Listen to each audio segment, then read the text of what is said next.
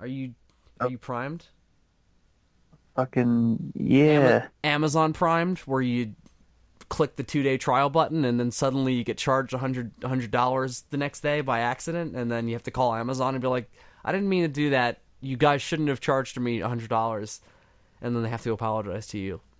But they're, people aren't American, so they really struggle to get that across. So anyway, hello everyone. This is another episode of Humans from Outer Space. Dylan McCandless, Super DM 64, is being held at gunpoint here, alongside with me. Uh, Uh, it's an emotional experience, but it's that's how these podcast things work. And by guns, I mean microphones. Shotgun mics. Ooh, I'm not even using a shotgun mic. What I am using is in no way a shotgun mic. It can record any and all directions. It's insane. Dylan, do you know what episode number it is? I think it's 125. I'm gonna venture that number out there. fuck no, I don't know, but I'm gonna check right now. Oh, as you always do. It's a reliable um tradition. I couldn't even find that word in my head. Ugh. I've been sick the past few days. Things have been rough. But you know what? I'm very excited about tonight though, because over the course of all that bullshit that I've been dealing with, I have gotten caught up on some stuff that Dylan asked me to get caught up on. Indeed. Yes, this is number 125. Hey, I'm not as So, fucked up in the head as I thought. so this is the first episode of DFOS in the wonderful month of October. It is. Some lesser comedians might stoop to calling it Spooktober, but no, October. And of course, as It's also got a previously lot of announced, bad social implications now, so let's not call it Spooktober. Let's just roll with calling it the thing that everybody else calls it. anyway, but yeah, as previously announced, we will be doing all horror films all month long here on the Demons from Outer Space, and we got commentaries of the night coming out, and things are going to get spooky on SOS. We're doubling down, tripling down, all in horror month, and we're starting out with a very recent horror film, maybe the most recent horror film. I don't know. I don't know if anything else has come out, but it. Oh no, yeah, I mean like Mother and other stuff has come out. Yeah, there's been other horror movies. Mother was marketed as a horror film, but it's not a horror film. Oh, really? All right. It's There you go. it's I didn't see it. I like just saw things. There have been other horror movies that have come out. Hasn't that Groundhog's Day with a serial killer movie come out already? I don't know, when did that start? Fuck. Oh no, I had no idea. I saw the trailer and I was like, this trailer seems like a parody trailer that I would have saw in front of like Tropic Thunder. Uh, Mm. It looks interesting. It looks interesting enough that I could imagine red boxing it, but not. Oh no, I would never sit through that movie. That is a concept that you make a trailer for that tells you everything about the concept, and then you never have to sit through the movie. There's lots of stuff out there like that. And that was a trailer that I had that experience with. I was like, oh great, so I never have to sit through this movie now because this literally explained why this concept doesn't work over a long period of time to me. Thank you. No, Happy Death Day doesn't come out until Friday the 13th of October. Very clever. It doesn't really. Does it take place on that date? I guess it would. I guess that would play with that gimmick. Oh, maybe. Why are we talking about Happy Death Day? We're going to talk about it today, the new It, but not just the new It. We're also going to we're going to talk about the miniseries from 1990 as well. We're going to do a little compare and contrast. We're going to talk a little bit about the book, but Which Bill I haven't read. Yes, so I can't really. Bill hasn't read the book, so we can't really go into all that. But I read the book earlier this year, so I can provide a little context in that area. We're just going to cover fucking It. We're just going to talk about fucking sewer clowns. See, I didn't make that dumb joke where I was like, "What are we discussing? I don't know what you're talking about. It. What's it?" Ugh. Like Yeah. I didn't work that out. We're a little more high. We're not highbrow. We're not lowbrow. We're like middle brow. We're a level brow, a unibrow. We're not the cynical. We're not a unibrow.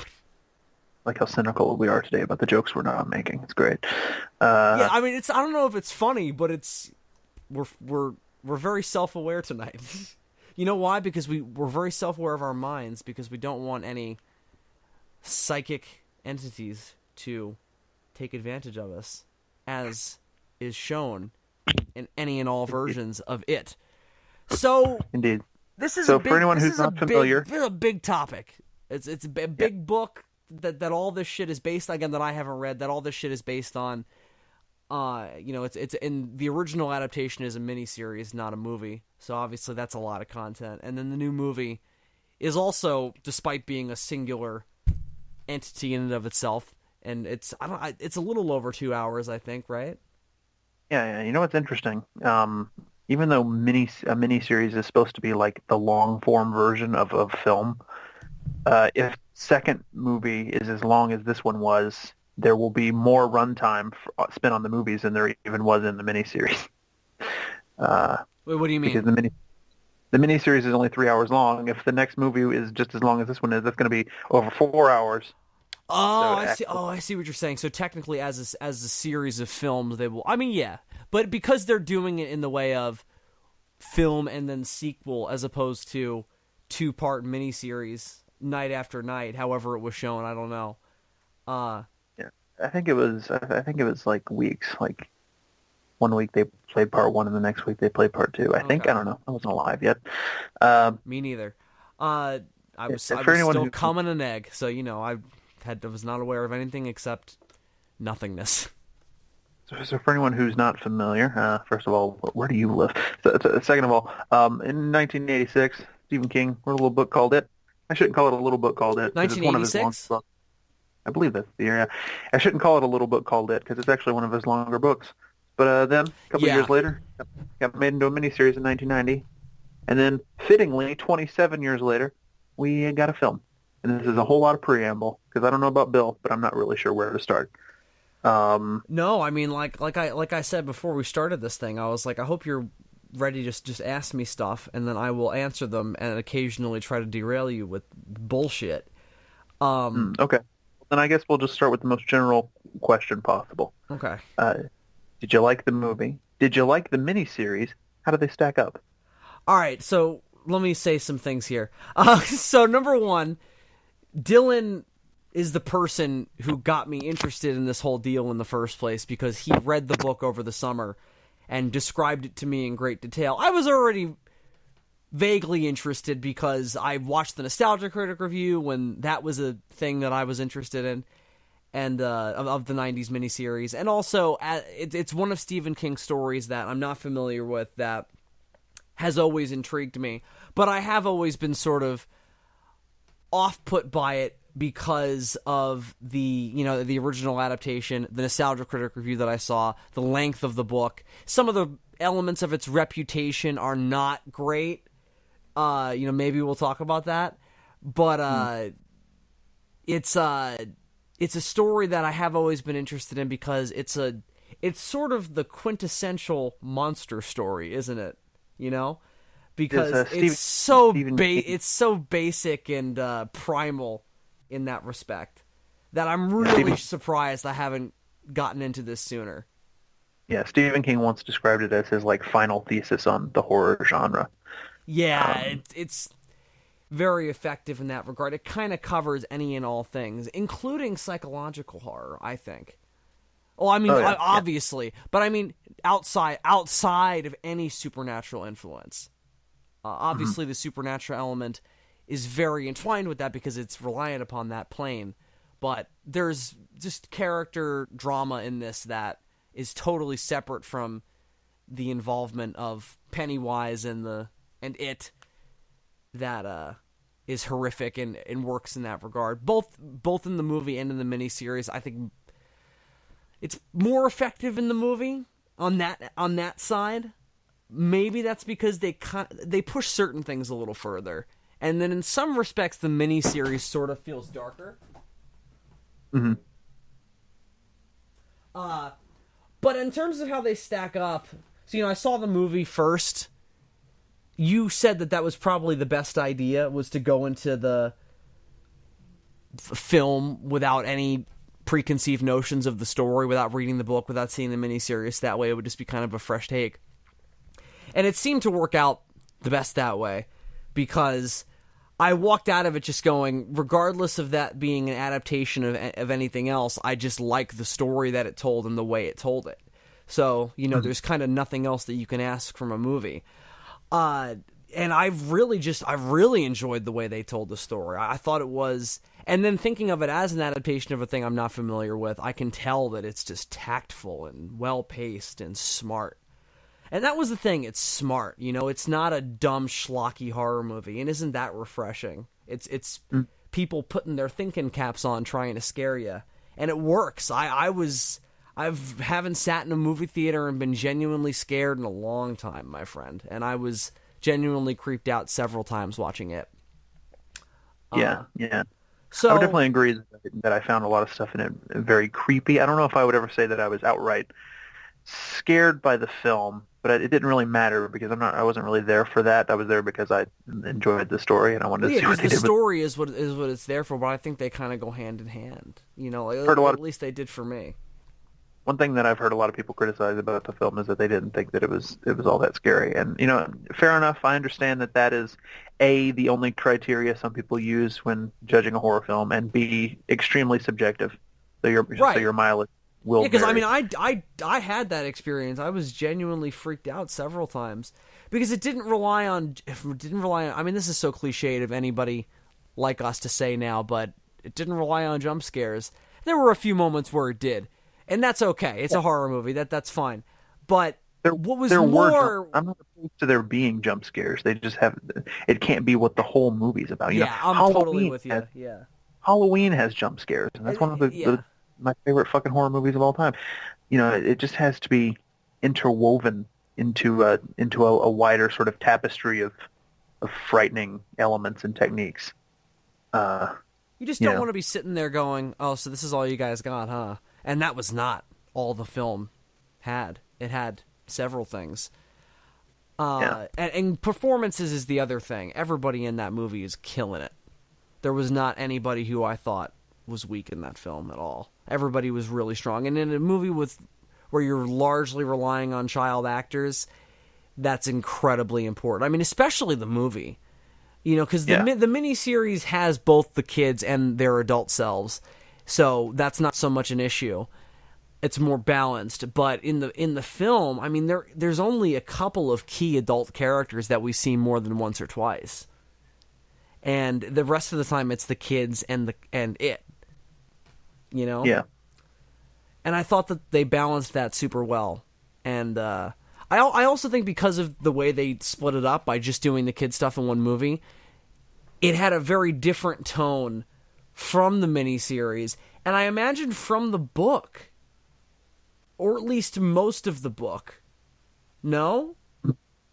Well, that's one of the interesting things about this. The book and all three versions of this movie this story, I should say, are structured very differently. So the book cuts backwards and forward between the stuff in the 50s and the stuff in the 80s. It does it constantly, and it'll usually follow like a thread. A character will be remembering something and then they'll flash to that thing happening, or something that happened in the 50s and something that happened in the 80s are sort of paralleling each other, and so they'll sort of cut back and forth between them.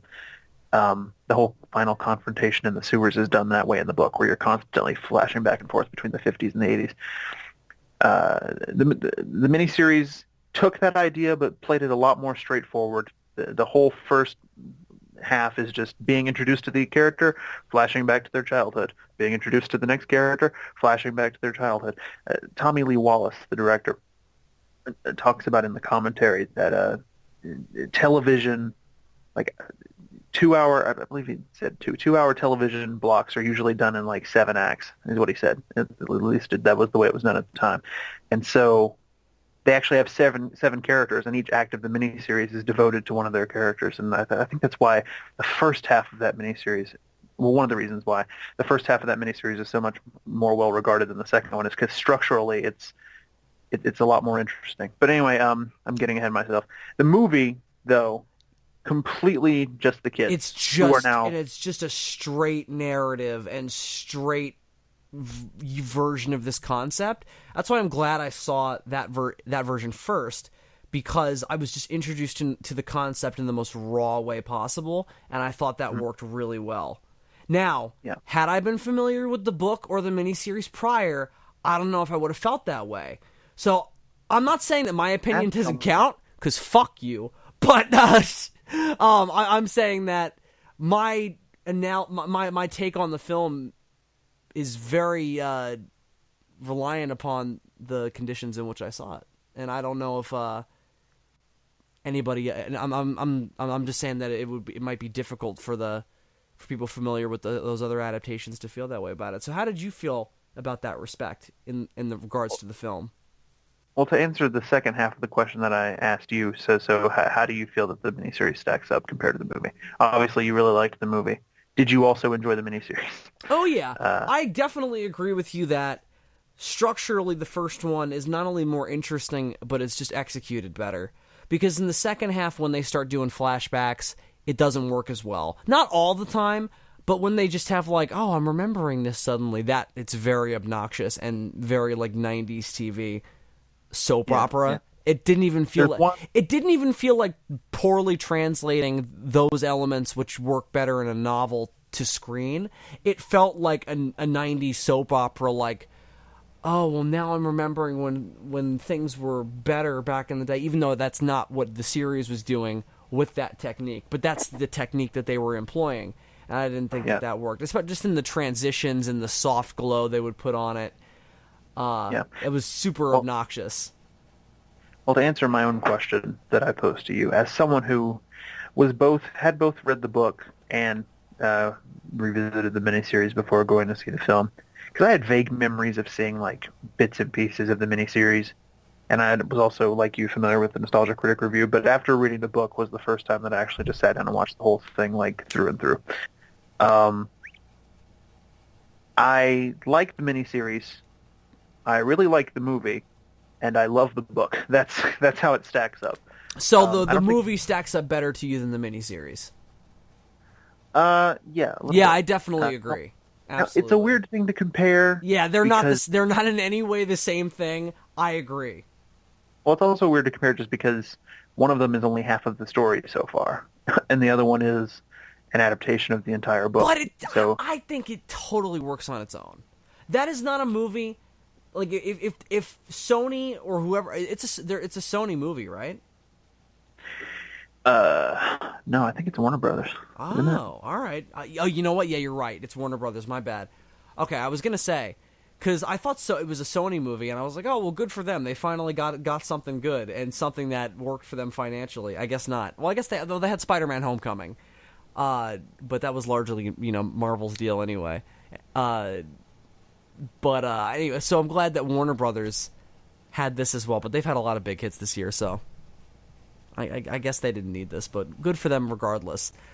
I think the movie just works better as a standalone thing. I just think in every approach to the concept, it just works on its own and effectively. Whereas the miniseries really falters in some respects, while it also does some things super well. And that is why I think you should definitely watch both. Mm-hmm. If you like the story enough, because it's worth seeing both approaches, and also it's just worth seeing Tim Curry and Bill Skarsgård plays Pennywise in the new movie.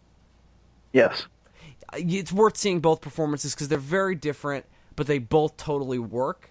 I think I like Skarsgård better just because I think it's he has more of a presence. That's weird to say. I think it's more memorable, strangely enough. Tim Curry's Pennywise is so wrapped up in the meme that he became and everything that it didn't have the same impact to me.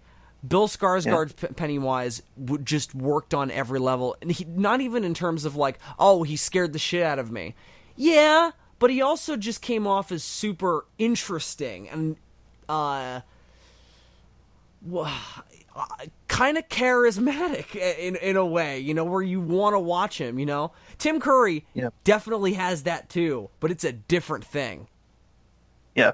Well, yeah, the differences between the Tim Curry and the Bill Skarsgård performances of Pennywise in a weird way, it's very similar to the difference between like Jack Nicholson Joker and Heath Ledger Joker.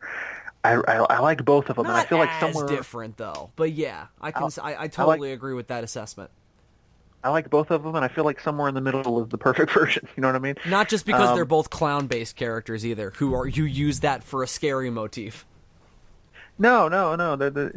It's strikingly similar in Performance-wise, yes, I totally think that that's a apt comparison, and especially in the take as well. This sort of feels like Christopher Nolan's Stephen King's It, in a yeah, sense. yeah. Even though it's not, it kind of isn't though, because it's a straight version of the story without like changes in time and stuff. You know, if you would think that would be more Nolan's tack, but it's more in the tone and approach to grounding it and making it more modern. That's more Nolan.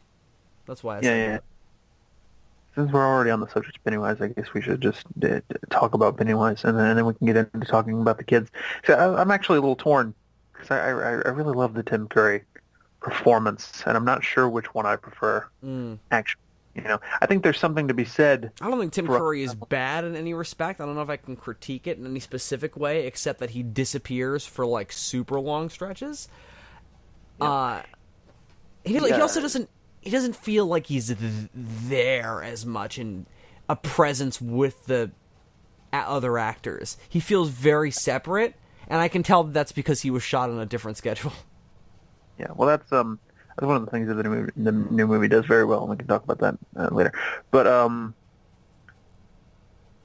yeah, I think there's something to be said for the fact that Tim Curry's clown isn't outwardly like pants shittingly terrifying. At least not for me. I don't have the clownophobia or whatever the actual term for it is. Like I get why people are afraid of them, but it's just not one of my things. So for me, it's not the fact that he's a clown that I even find scary. It's that he's a fucking freaky ass dickhead clown who's also somewhat nihilistically philosophical. yeah. See, I buy into Tim Curry's Pennywise though, being a clown that like a kid might see at first and be like, it's a funny clown, and then go towards him and get eaten. Whereas Bill Skarsgård, like, that's a monster clown. That's a killer clown from outer space clown. You run immediately, right? So, yeah, that is interesting. I guess, yeah, but you know what though? When he's down in the sewer, like talking to Georgie initially at the beginning of the movie, I genuinely got a sense that he could put on the air of the charismatic, fun clown, for at least for a second, like when he's talking about cotton candy and popcorn. But when you see him in full, no, it's killer clowns from outer space, Joker in the Arkham games type of deal. The Georgie scene is, kind of perfect in every version. It's always better the best scene. It's the best in the movie though, because they clearly thought about it for a long time about how to do it, and it's super effective. Interestingly enough, we've been talking about how like Bill Skarsgård's clown is more outwardly scary, and Pennywise's clown is more believably like draws you in and then rapes you type of deal.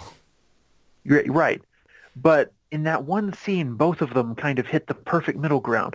It's the most clownish that Bill Skarsgård ever is, and it's also the most unsettling that Tim Curry ever gets. In that one scene is when they both sort of drift towards the middle and strike exactly the chord that I imagined while reading the book. It's very interesting. Mm-hmm. Well, obviously the approach to it is different for a whole bunch of other reasons, and you're never going to get the version of the book on screen because the approach in mediums is just too different. And I think I think that the forethought that the filmmakers put into that aspect is why the film works so well. The number one thing to remember is that Tim Curry's It was made for television. There's a reason a lot of those scares, don't really hold up and probably weren't even that scary at the time. It's because it has to be on television, and it's 1990 television. They were very limited in what they could do, and for that reason, Tim Curry's version of Pennywise becomes a bit less outwardly malicious, but he makes up for it in this like fucking charming personality that he like. Yeah, he's got more of a personality, I guess. Yeah, Bill Skarsgård's Pennywise does too, but the clown isn't but as emphasized in Skarsgård, the film. but Bill Skarsgård's clown isn't going around cracking jokes like Tim Curry's clown. No, not really. There's a huge difference. He's way more just because Bill Skarsgård's it in general feels more on the edge, feels more prime. I guess they just do that to make it edgier for a modern audience, but he doesn't feel like he's more willing to fuck around. He's hungry. She's hungry, as you've told me. Yeah. They've captured in the new movie. They've captured that element from the book a lot better than they did in the miniseries. The sense that it's not really a clown. There's something behind the clown. Right. Yeah, I definitely think that the movie does a better job of that. I mean, just from the opening scene. Because here's the other enormous problem with the miniseries. They don't show it actually feeding at all. And the whole, it's way more like, it strikes me that this is another thing that surprised me when I saw the movie, because I didn't even really, this wasn't made clear to me. I saw it eat people in the film. You know, actually bite Georgie's arm off and then take him down into the sewer. They find bodies that have been chewed apart. It's actually taking pieces out of them and eating them. Again, physically consuming them. It's not like a Doctor Who thing where it's like draining the psychic energy of them and leaving their like husked corpses behind or something. No, it's both. I mean, regardless of that, this is a Doctor Who episode without the Doctor. And that's just another thing that comes down to, what can you do on television in the year 1990? Right. Yeah. The stop motion is really cool in some aspect. I know we're bouncing all over the place. Deal with it. We talked about this beforehand, and we figured that was the best approach to this. But the stop motion in the miniseries is all over the place, because some of it's awesome, like the spider, and then some of it's like really bad, like when Pennywise jumps into the drain when he scares Eddie in the shower. You mean when he comes out of the drain? You remember the bit I'm talking about? You mean when he comes out of the drain? When he goes down the drain is when they beat him as kids, and he goes down. Okay. I'm talking about that then. My bad. That was really bad when he jumps back down, because the whole thing expands to allow him to get down there. It looks like total shit. The thing about it, though, is that I actually think that it's kind of unsettling, because it's like that bad stop motion. Like, how a lot of claymation is like really creepy for some reason? Okay, I can kind of see what you're saying.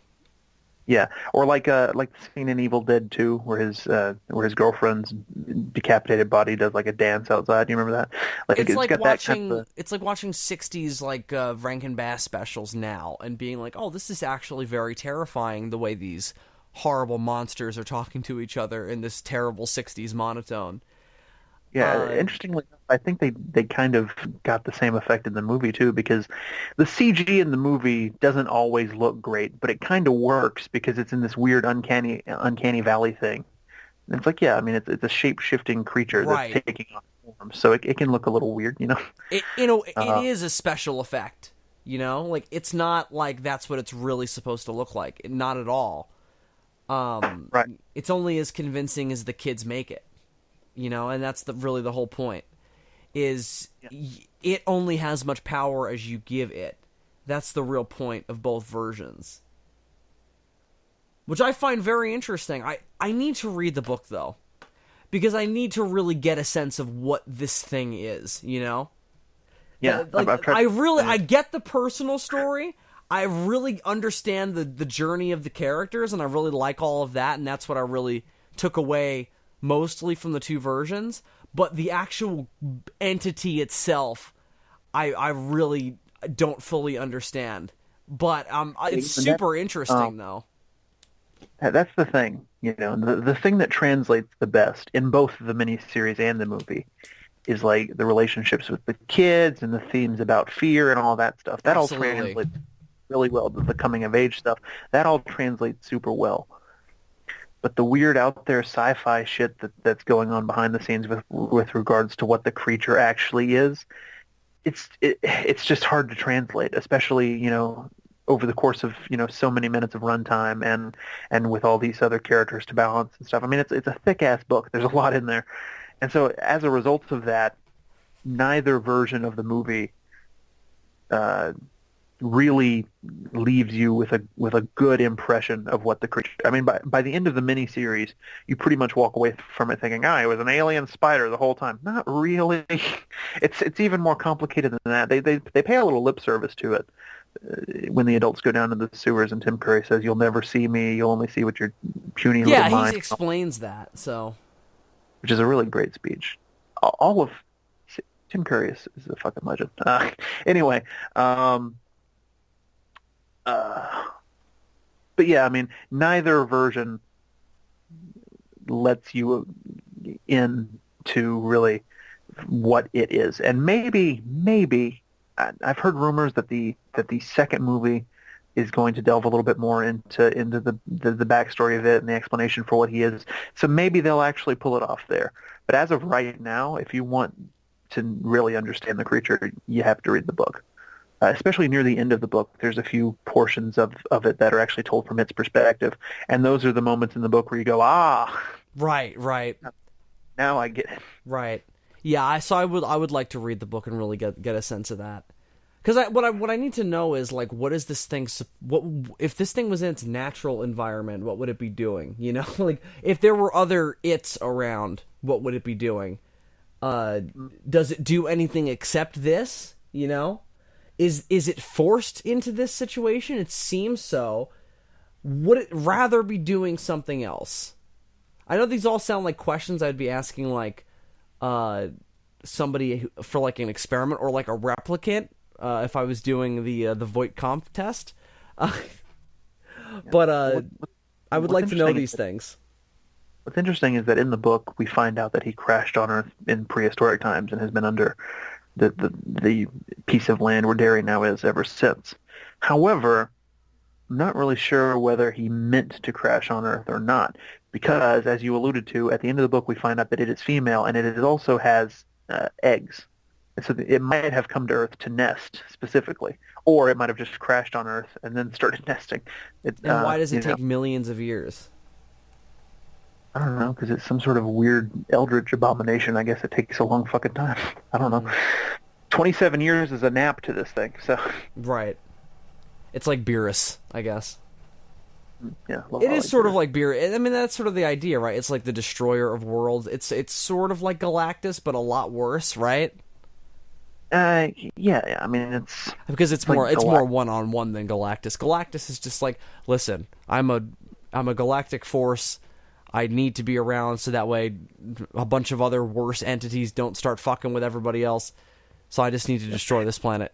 And I'm not going to actually eat it. I'm just going to destroy it and then absorb the energy. What Tim Curry says in the miniseries is, I am the eater of worlds. I don't remember if those exact words are said in the book. I do remember in the book that it describes itself as a force of consumption.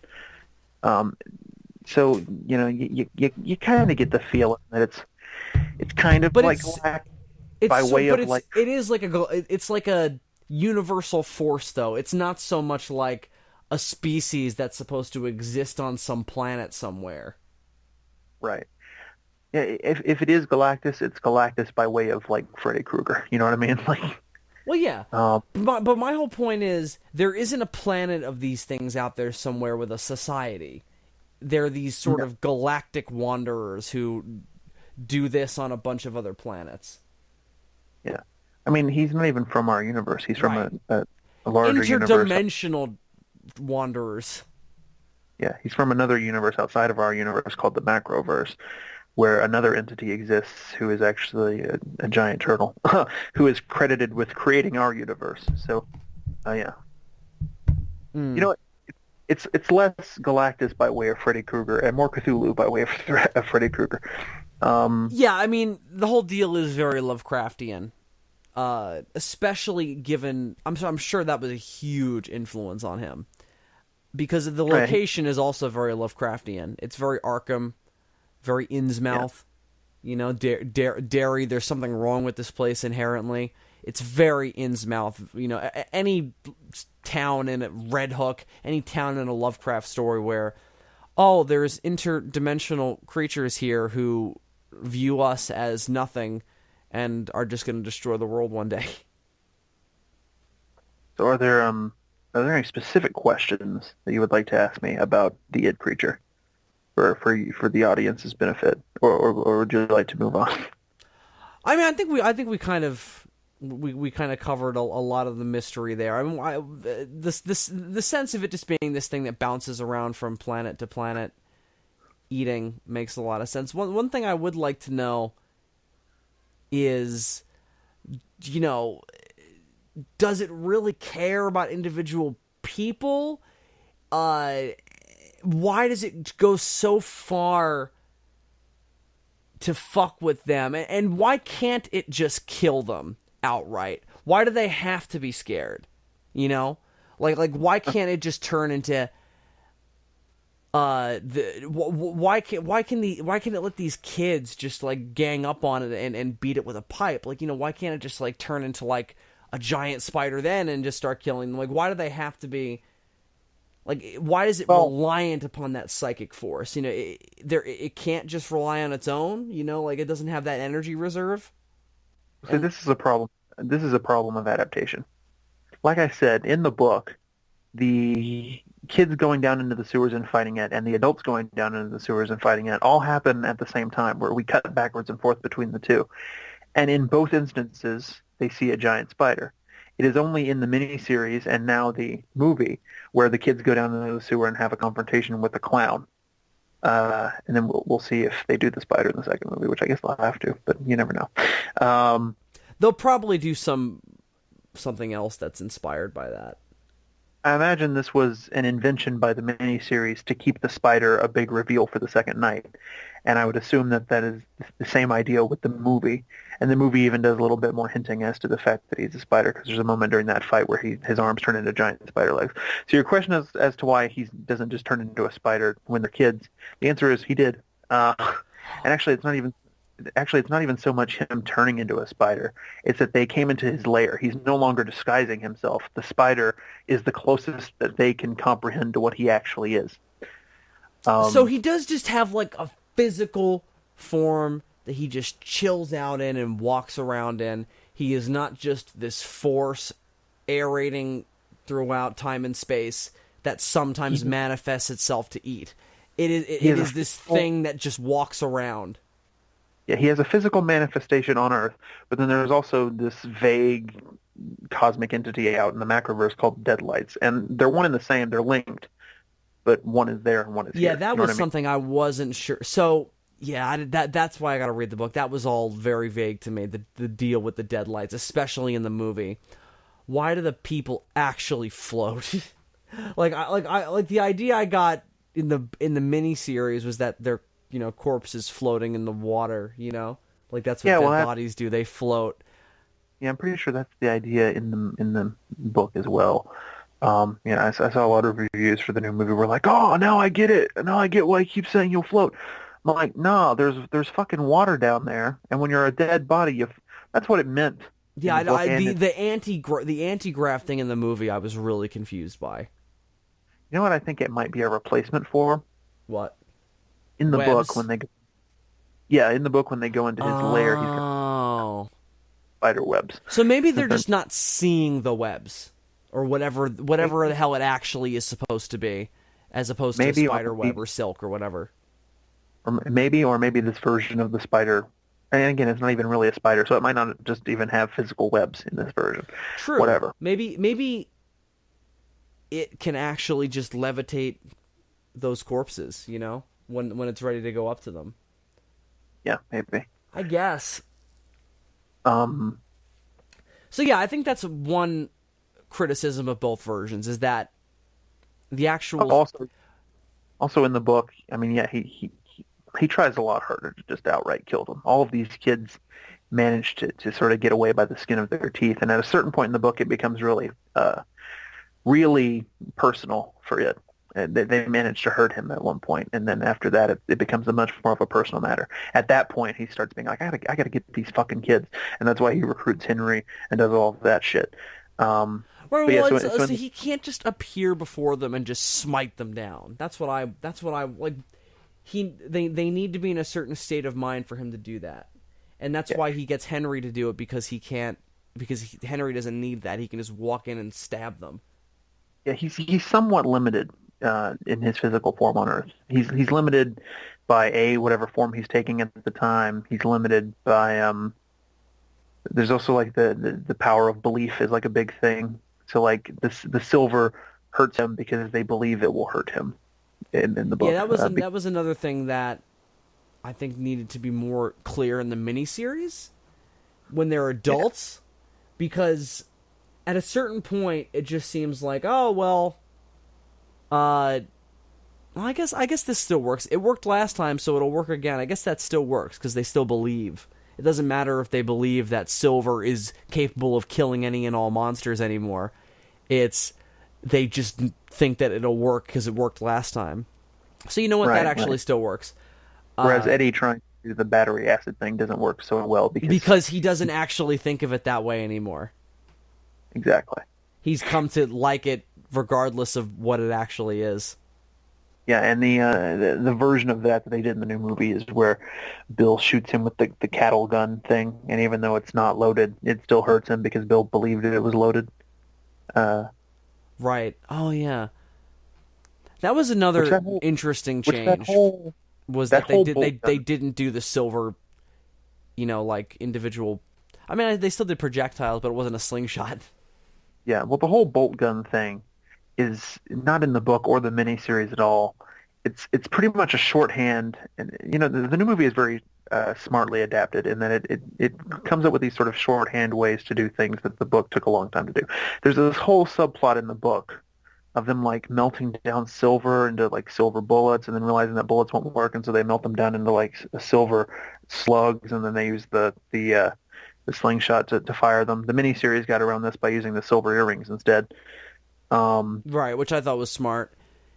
Yeah, there's a point in the book where, at one point in the book, Bill just straight up takes his dad's gun, and him and Richie go into the house on Neibolt Street, and then they encounter the werewolf, and the bullets don't work, and that's when he comes up with the idea, it has to be silver, and then they go on this whole thing. The bolt gun was just like a shorthand way of like doing a version of all that without having to spend a whole another hour of the movie on like another subplot, you know what I mean? Mm. And at least it gave Mike something to fucking do, but we'll talk about that when we get into the kids. So, okay. I think I have a better understanding of it now. And mostly my understanding is I have to read the book. So yeah. With that said, why don't we move on to some other things? I will also say that I thought there's a bit in the book after the Losers Club defeat it for the first time. It experiences fear for the first time in its infinite existence. It's inflicted fear upon others, but that's the first time that it has actually ever felt fear. And there's a whole section of the book devoted to the creatures sort of contemplating that, basically. The movie kind of references this at the very end, right before Pennywise falls down the shaft. He says, fear, and then he falls. And my interpretation of that was that's the moment where he finally has his first experience actually being afraid of something. And then when he comes back in the second movie, it'll be much more personal. Right, because he still has this huge ego in the movie that sticks throughout, into the final bit. There isn't that, there isn't that gap where he gets to go, okay, I'm back now, things are real, Yeah. Like in the miniseries. But, yeah, I thought that of the two versions, which one gets the idea across? I mean, definitely the miniseries, because it has that second part with the adults, obviously, gets the ideas across better as to what's going on with the science fiction ideas. But I think that the movie, again, raw concept-wise, though, it doesn't even matter. Like it just still works regardless. It feels like one of the Quatermass serials or any number of horror movies where we have no fucking idea what the monster is, but the theories about it and everything else give us enough of an idea to be genuinely scared shitless. And obviously what it's physically doing is more important anyway.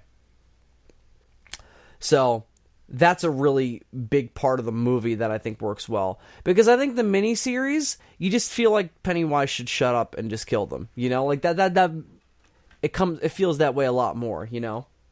Yeah. Well, again, because of how much they had to sort of kid-friendly it up for TV at the time, Pennywise in the miniseries comes across a little bit more like a Loki type character. Like he's some sort of like trickster god in that he shows up and like does some scary shit, and he's like, "Just a prank, bro," and then he goes away.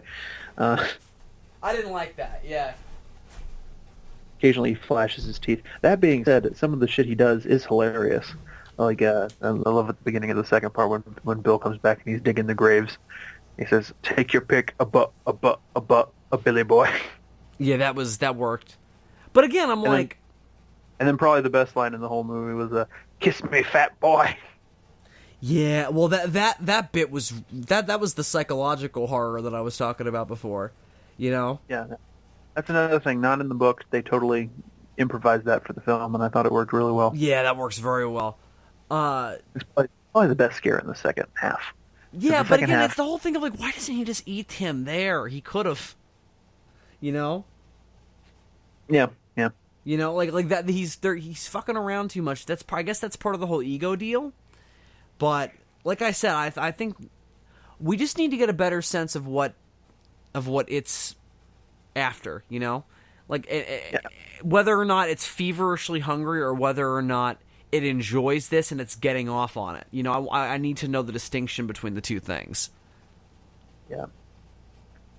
Or if they're intertwined, I need to know moment to moment what's going through his head. So does Bill's girlfriend show up in Derry like in the miniseries? Yes, that happens in the book. She gets captured just like in the book. There's actually... Does she die? Beverly... no, same thing that happened in the miniseries. She goes into like a catatonic state, and then he wakes her back up by doing the whole bike ride down the hill thing. It's one of... Oh, is that in the book too? That was really stupid.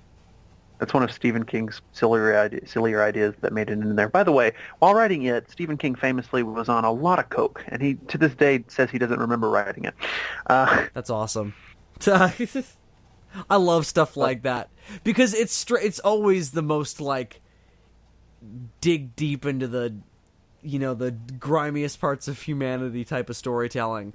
But it's also always got these fascinating narrative problems that sort of give these kind of stories more of a personality. That's what I like about stuff that's written by people who are fucked up.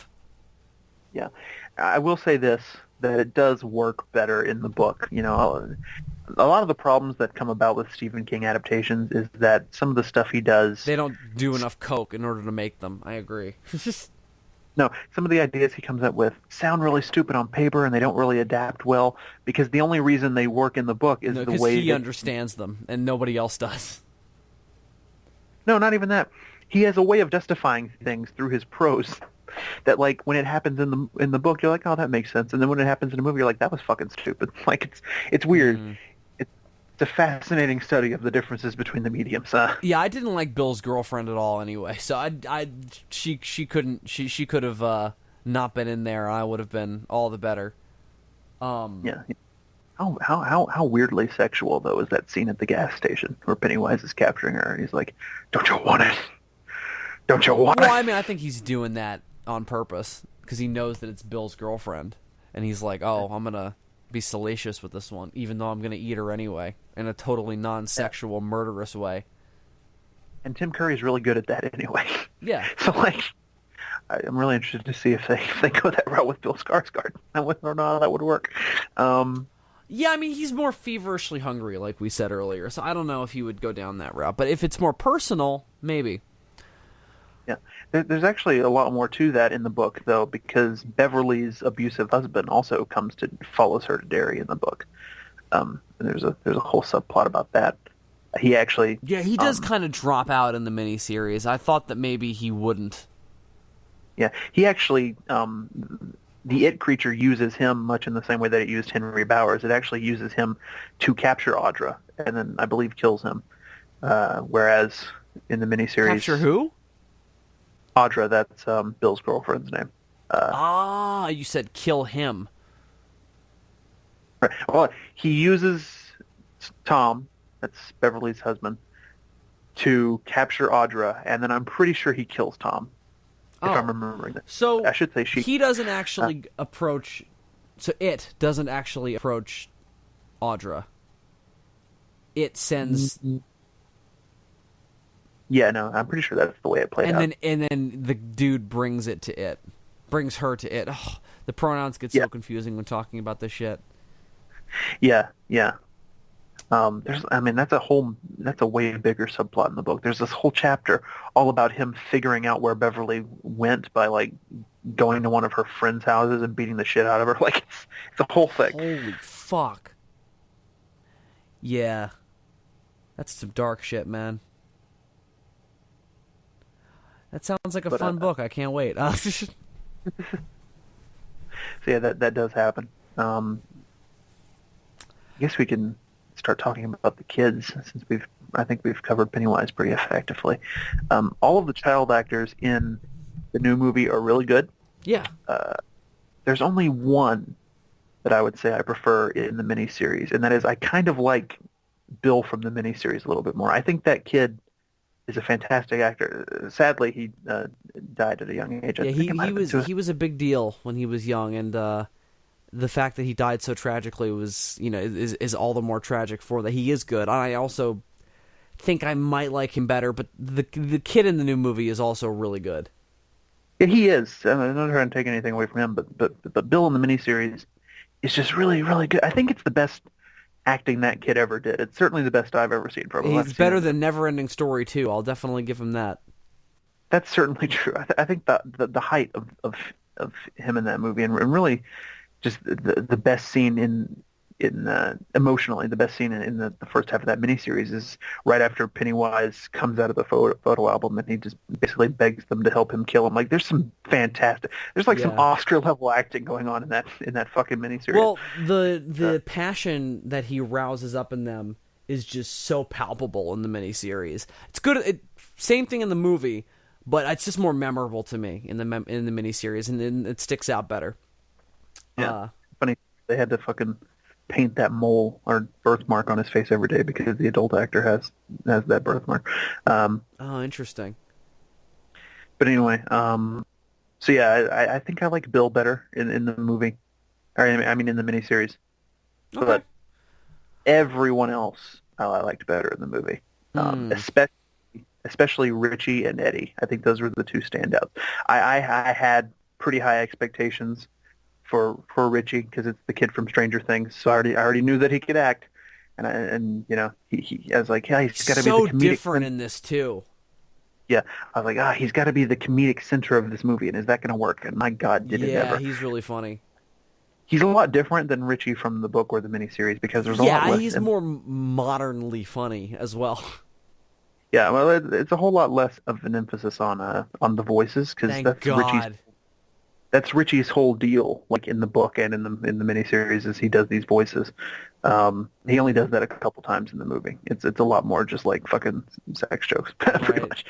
Because that's relying on that is better than relying on, well, this is my new voice. Yeah. So Talking about dicks he's and pussies is way better. he's really good, and then the kid who plays Eddie and brings this whole new like smart ass version of Eddie that isn't really from the book of the miniseries. It's a new take, and I think it's more in keeping with the '80s setting. But it's fantastic. I really liked him. Those were definitely the two best. Yeah, I mean, that's the other massive difference in the miniseries and the movie, and the movie, that makes both worth watching is the change in time period, because it's very important. Yeah. Like, Yeah. it is an 80s horror movie. Like, it feels like an 80s horror movie that got put out now. I mean, it also feels very modern in its approach to that, but tonally, it feels like an 80s horror movie, and it captures that era so well. But you know what else, though? it also feels like it could have been set in the 50s. That was the other thing that I think was smart in the approach to the story, where they didn't do anything that was too indicative of the 80s, where it couldn't have happened in the book, or couldn't happen now, couldn't have happened in any time period, you know? Yeah, yeah. You know, Batman 89 and Lethal Weapon 2 were on the marquee of the movie theater. That was the most 80s thing I saw. Yeah. Well, I mean, one great thing that it did is that being in the 80s and being more modern, the children in this version of the film are a lot more sexually aware than they would have been in the 50s, and in fact were in the miniseries and book. And that manages to, again, it's one of those little shorthand things where they take like a big development thing in the book and whittle it down to, like, you know, just an element in the film, because sexual awakening is a huge theme in the book. It is. And it's less so in the movie just because they're already aware of these things. It still is with Beverly's character, because obviously her fear is tied very closely with her burgeoning womanhood. So that theme is still there, but it's less emphasized overall because the kids are all fucking, you know, they all know what sex is. And it's a nice way to get around a very infamous scene that I'm sure we'll have to address before this is all said and done. But right, yeah, because I mean, I think that, you know, that's one thing, one of the themes that I think in terms of how you handle it can be very problematic, and I think that it sort of goes in and out in both adaptation. I'm sure it does in the book too. And did you see that little pun I made there, in and out? Sorry. I just had to point that out. But I think it's one of those things where it's dependent upon the era, and it's dependent upon how you're playing, and it's dependent upon your motivation. You know, like, why are we discussing sexual awakening? Is it because, well, we're dealing with young characters and that's just what we should be doing? I guess. Or is it because we genuinely have a moment here to say something? When Beverly has all the hair and blood shoot out of the drain at her, that's some powerful stuff, you know? I'm not a girl, I'm not a woman, but if I had been a young girl and had not gone through my burgeoning womanhood experiences for myself, that would have freaked me the fuck out, you know? Or even if I had gone through it, I think I would have still been freaked out. I haven't, so I can't necessarily speak to it on that level. But I can only imagine that it would have really, you know, struck me on that personal level in a way that I only had to imagine. You know? Yeah, and I mean it's all there because one of the huge themes of the book is, you know, what it means to grow up, and obviously that's a huge part of that. So that's why all the sex stuff in the book. It's all the inter-character fucking that gets a little obnoxious, and it doesn't even really devolve into that in the adaptations. No. But that gets very old very quickly. So to address the gangbang in the room, yeah, let's just talk about that now because we're already talking about it. So there's a gangbang in the book. It's not an orgy like people keep saying online. You're going to be outraged, at least know what you're outraged about. Keyboard kids. They ran a train on her, all right? It's not the same thing. If it was a fucking orgy, you'd have fucking Richie sucking Eddie's cock and right. shit. Well, what you would do is you would have somebody fucking Bev, and then you have somebody fucking the dude up the ass, you know? That's more what that deal is. But it's not like that. I haven't even read it, but I know. It's a train, all right? They take turns. You know, and at least they're super awkward about it. Like there's not any point in the book where they're all like, yeah, like, you know, like. Well, it's not. I'm sure they don't put disco lights on, and it's like bow chicka wow wow. I'm sure it's not like that. But at a certain point, you have to ask, what are we saying here? You know, like, what are we saying here explicitly? Getting into all this, and I can totally see an argument for it, and in the context of a book, I think it works probably better. It's very tastefully done. I hope so. No, again, it's there to service the theme. That's what's important. It's one of those things that, again, in prose form in a book, he manages to make kind of work, even if you walk away from it being like, what the fuck? And he has said that if he wrote the book today and, you know, was on less coke, he probably wouldn't have done it. So, you know, there's that little... But I think more of it is that you can get that idea across without having a whole chapter devoted to the fucking, you know? And it's like, again, Right. I can see reasons why that might be smart to do it that way in order to get more into the characters' heads in that moment and get some more ideas across that you couldn't otherwise if you were telling a different story because of the context of the situation. Like, one thing you always told me about it that I always thought was interesting was the only reason that happens is because they just did this crazy, insane thing and they have to let out all the fucking pent-up fear and all the other crap that's building up in their head. So Yeah, well, not only, but all throughout the story, there's this cosmic force, and we're not really sure if it's the turtle doing it or if it's something else, but there's some sort of a cosmic force that's guiding them on their quest to defeat it. And after they defeat him the first time, it just sort of goes away, and all of a sudden they're in the sewers, and this thing that's been binding them together and made them such good friends is like suddenly gone, and there's like this weird moment where they start to fall apart as a group. And so the gangbang is Beverly's way of reuniting them. so it's her idea. I mean, I guess it would Yeah. have to be.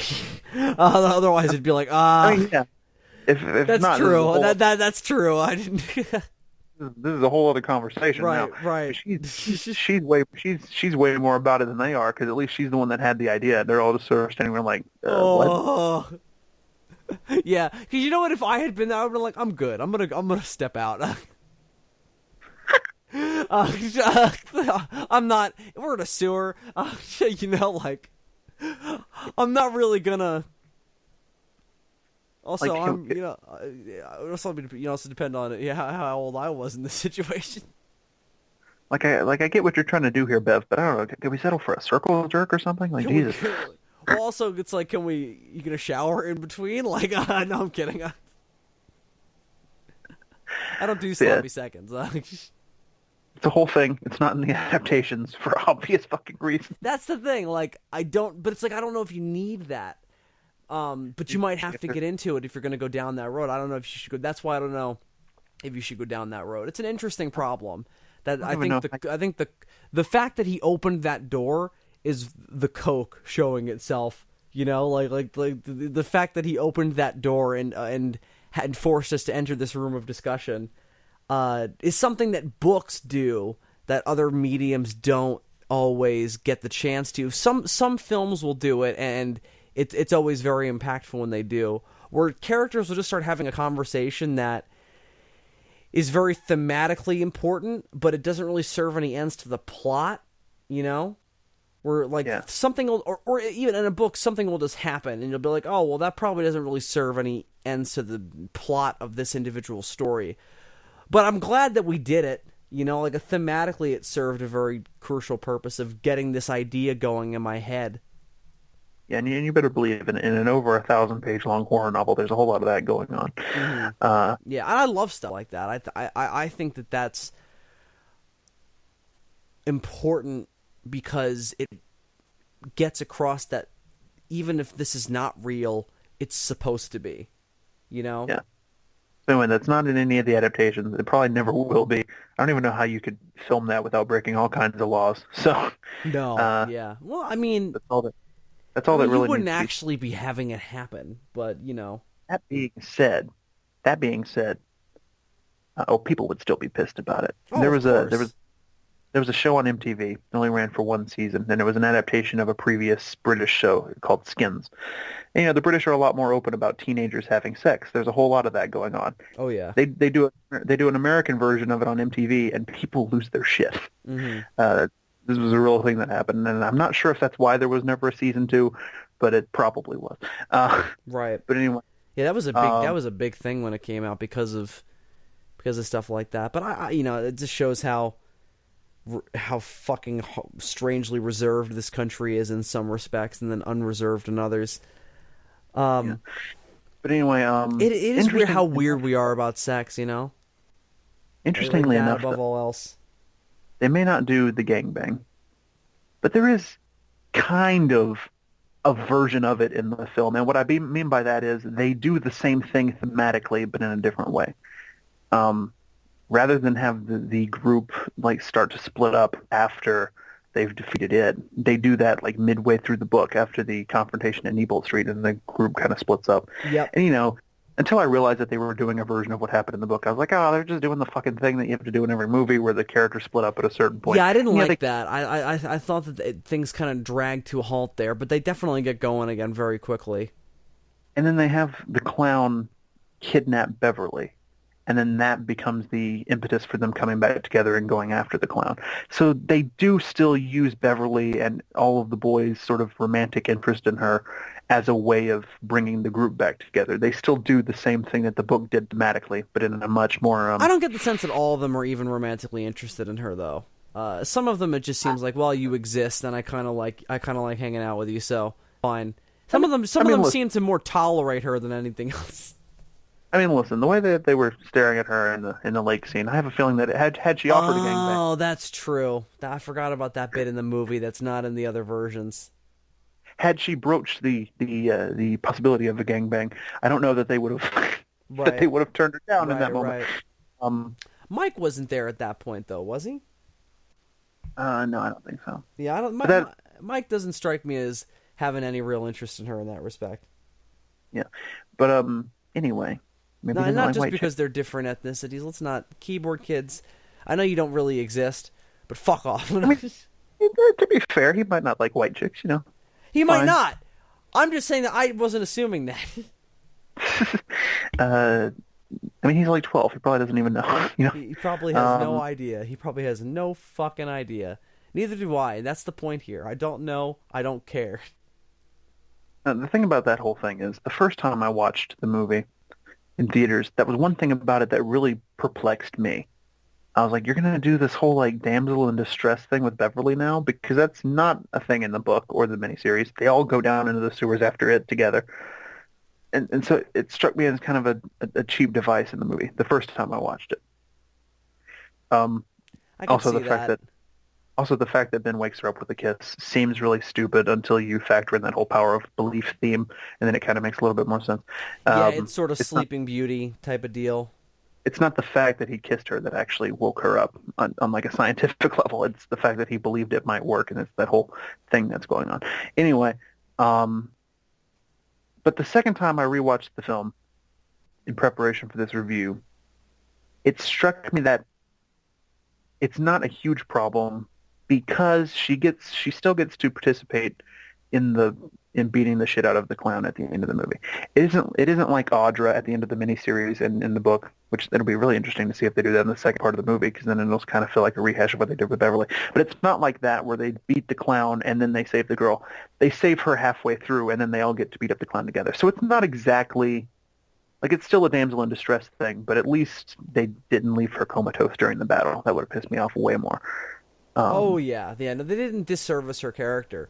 She was great in the movie. I mean, I liked her a lot better than in the miniseries. You know, nothing against the Ned O'Toole and whoever her child actress was, but Bev in the movie is just a million times more interesting. I think she was my third favorite behind Richie and Eddie. She was really good in the film. She probably was my favorite. I really liked Ben in the movie as well. Yeah, Ben was good. I liked Ben better in the movie. I liked him a lot in the miniseries as well, but I liked him better in the movie. Now, this is probably a good place to transition into something else I want to talk about. Obviously, when you have 7 main characters, some of them are going to have less to do. And Stan and Mike really don't get a lot in this film. Stan, or in the miniseries. Stan gets the cliffhanger in the miniseries, and that's it. Yeah, Stan I can kind of see, because he kind of got the short end of the stick, too, in the book. I mean, it's a 1,000-page book. They all have way more to do than they did in either of these versions of the story. But even still, he always felt to me like the one who had the least to do in the book. So, fine, fair enough. There's not a whole lot to go on with him. But I'm really perplexed by what they did with Mike, because he is a huge deal in the book, and I think that comes across in the miniseries, right? Yeah, like watching the miniseries, he feels like sort of the dual protagonist with Bill in a sense. Yeah, less so in the child half and more so in the adult half, and that's certainly the way it is in the book too, because the adult half, I mean, there's long stretches of the book where it's just him narrating about all the research he's done into Derry's past, and that's the weird thing about the movie. They took Mike's one big thing from the book, which was he's the one who does the research on the town of Derry, and they gave it to Ben. Mm-hmm. I wonder what his role. I wonder which one of them is going to be the lighthouse keeper, as they're referred to in the sequel. Yeah, I don't know, because the way they've set up the characters, it would probably make more sense if Ben stayed behind in the movie version. But at the same time, I think that would piss me off, because that's a huge departure. You know? Yeah, I mean, his whole thing. I mean, there's a huge thing in the miniseries that I'm sure is also in the book about how all of them go off to be super successful except one of them, which has to stay behind. So if you change that, I mean, Ben is a huge part of that because he's an architect and he loses all the weight. He's a very successful architect. He's even more like affluent in the book. In the movie, you just see him like hanging out in a penthouse. In the book, your introduction to Ben is him drinking in a bar, and you find out that he has like his own private jet. And no matter where he is in the world, working on like a building project, he always flies home to this one specific bar on the weekends. Like, it's insane. Like, this guy is rich as shit. Right, like, and that's part of the cosmic force, right? Is that they all get super successful except one of them. Yeah. Because he didn't leave. It's one of those things that isn't completely explained, but it's, there are some things in the book that are still left vague. I mean, it definitely goes a lot more into what Pennywise is, but there's still some elements of cosmic thing that are up to your interpretation. And that's one of them. I'm not entirely sure why that happens. Also, none of them have children. That's actually a bigger thing in the book, because before Stan commits suicide, we find out that him and his wife have been trying to have children like a lot, and it just is not. Oh no! In the miniseries, they kind of get that across when. They do because just a few talking to her mother or whatever. I tell your mother I'm a sex maniac, but you just want to watch Perfect Strangers, which I thought was hilarious. Yeah, that was great. So yeah, Mike just doesn't. He doesn't get his one big thing from the book. Yeah, that is a huge problem as an adaptation. I didn't really notice that. It was a problem in both versions for me, because he just doesn't in the kids sections. He doesn't come in until the end. He's the last one. You know, but at least miniseries, he still has his one thing. Well, he's the protagonist at the start. I mean, he's the first one we're introduced to, because of the way they tell the story. We'll see how they do it in the sequel. I kind of understand why they chose to give it to Ben, because in the book and the miniseries, well, I don't even remember. I don't even think they went into it in the miniseries, but in the book and in the movie, he's the one who hangs out in the library a lot. So it makes sense that he would. Yeah, so I understand their thought process behind having him be the one who does all the so that way, when he's doing that, it's serving both the plot and the themes. Yeah, but at the same time, man, he's already got a ton of shit in the book that you can use for your adaptation. You don't have to take shit away from Mike. He's got the whole love triangle. He's got the dam building thing, which factored into the miniseries, but not the movie. Yeah, they didn't do that in the movie. Yeah. They really don't spend much time in the Barrens at all in the movie, which is kind of a shame, because the Barrens they go there specifically to go after Pennywise, or it was to look for Georgie initially. Yeah, they're in the Barrens in like one scene. And then they're like in the quarry at one point, and then there's the rock fight. But for the most part, they're like in the town and going into the Neibolt Street. That's the other thing. They put the entrance to the sewers in Neibolt Street instead of in the Barrens. Right, that was a huge change as well. Yeah, and that's another one of those shorthand things. The Neibolt Street plays a huge, significant part in the book. So that was a cameo in the fucking miniseries. Yeah, so by combining that with also being the entrance to the sewer, they kind of, again, it's a very smart adaptation in terms of what it chooses to pare down. I understand why all those things were done. But yeah, the Barrens are a way, way bigger deal in the book, both plot-wise and thematically. But, so yeah, all of that Ben already had going on in the book, so I'm not sure why they felt that they needed to take things away from Mike and replace it with a subplot that is not in the book or the miniseries about, like, his parents died in a fire. That was very odd, And but I still liked his character. I liked that he was forced into. I'm sure this was in the book at least somewhat, that he was forced into slaughter, even though he was not about that, and he sort of grew desensitized to it slowly, and it sort of messed with his worldview. Yeah. In the book, we find out that Henry killed his dog, and then near the end of the book, there's a moment where he admits, "I killed your dog," and it's like this huge thing. And their version of that in the movie is like, "Oh, your parents died in a fire. That's really sad that I didn't get to do it." I'm like, "Yeah, that's less Yeah. impactful because it's not actually a thing that he did to him. It's just a It's an mean thing idea. Yeah, it's a total dick thing to say. And racist and horrible and monstrous. I think that's the other thing, too. Like, Stephen King obviously has to create, like, the ultimate bully for this story. And, man, this kid is fucked up. Yeah, okay, so that's another one of the sort of shorthand things that this movie does. In the book, there's much more of an arc. He starts out as the sort of typical Stephen King bully, a little bit more intense than in real life, but not what he is by the end of this film.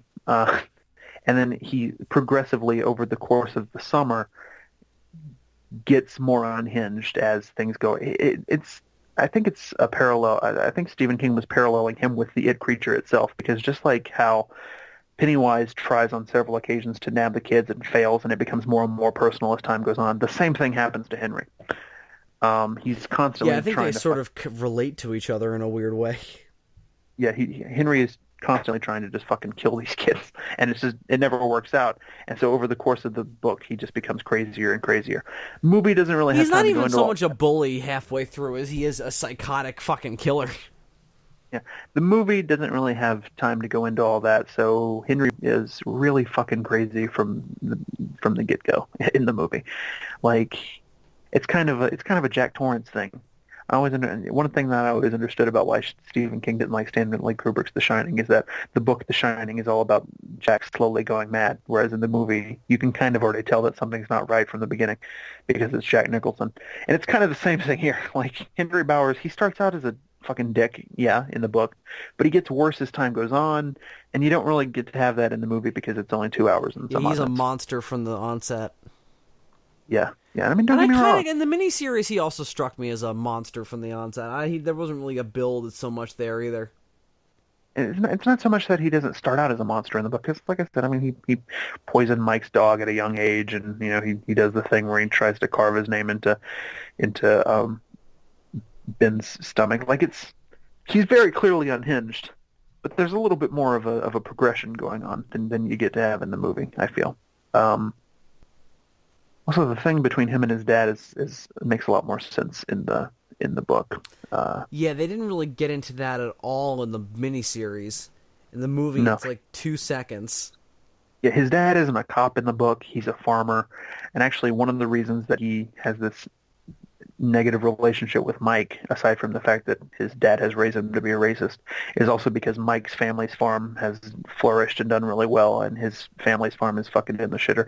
And so there's this huge rivalry thing going on that's also a part of it in the book that you don't get to have in the movie or the miniseries, again, for time reasons. But yeah, his dad's not a cop. Well, also because they didn't. I mean, Mike's working at a slaughterhouse with his uncle in the movie. Yeah. So yeah, his dad's not a cop in the book. He's just a fucking horrible redneck. That being said, I mean, he was glad strikes that me as we a horrible redneck cop in the movie. I mean, they still live on a farm, even if it's not active. but in the movie, it feels less like he's like an evil person and more like he's just a really stern father. Yeah, but I you mean, know? he's also still racist, clearly, and also he shoots a gun at his own kid, so or around Yeah. his own kid. He strikes me as Yeah. a megalomaniacal asshole, but he doesn't strike me as like a psychotic killer like his son. He strikes me as somebody who hates his son just as much as everybody else does. And that's the major difference, because in the book, it's very clear where Henry got his craziness from. He Put also it that seems way. like Butch he Bowers, can kind of hide it. yeah. But Butch Bowers in the book is a lot more what Henry winds up becoming than he is in the movie. However, I was glad that we got the death of Henry's dad pretty much right out of the book. That's how he kills him in the book. That was a really powerful scene. Just Yeah, because that was there's no, his dad doesn't get to say anything. He just gets taken out. That's always so much more powerful when you kill somebody like that. In a movie, you just have them get stabbed or shot, and they don't get to say anything except they just get to have a look. it says so much more about what's going through their head than any nonsense that comes out of their mouth. Like, it's just the look is all you need, and that was very powerful. Yeah, I've noticed that in my personal experience. I'm sure. Yeah. In your acts of consumption. Yeah. Yeah, that's the thing with Henry. It's just they do a similar thing with Beverly's dad in the movie. Yeah, they ramped that up, huh?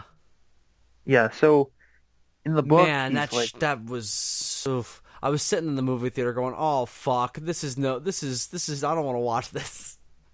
yeah. See, in the book, he starts out pretty much being like what her dad is like in the miniseries, and then towards the end of the book, as Pennywise starts to like influence his mind, he starts to become a bit more like what he is in the movie, but not even ever that far. Yeah, I mean, in the movie, it's a lot more, actual, like, we're down in the South living in a trailer and there ain't nobody else around. Ugh. It's made very clear in the movie that he seems to have molested her on at least one occasion. Ugh. And yeah, attempted second. And that is not the case there's a creepy sort of attraction thing in the book, and she can tell, and her mom can. By the way, her mom is in the book, not in any of the adaptations. Yeah, she can tell. She can tell that he's got this sort of creepy like attraction to her, and her mom can kind of tell, but it never goes that far.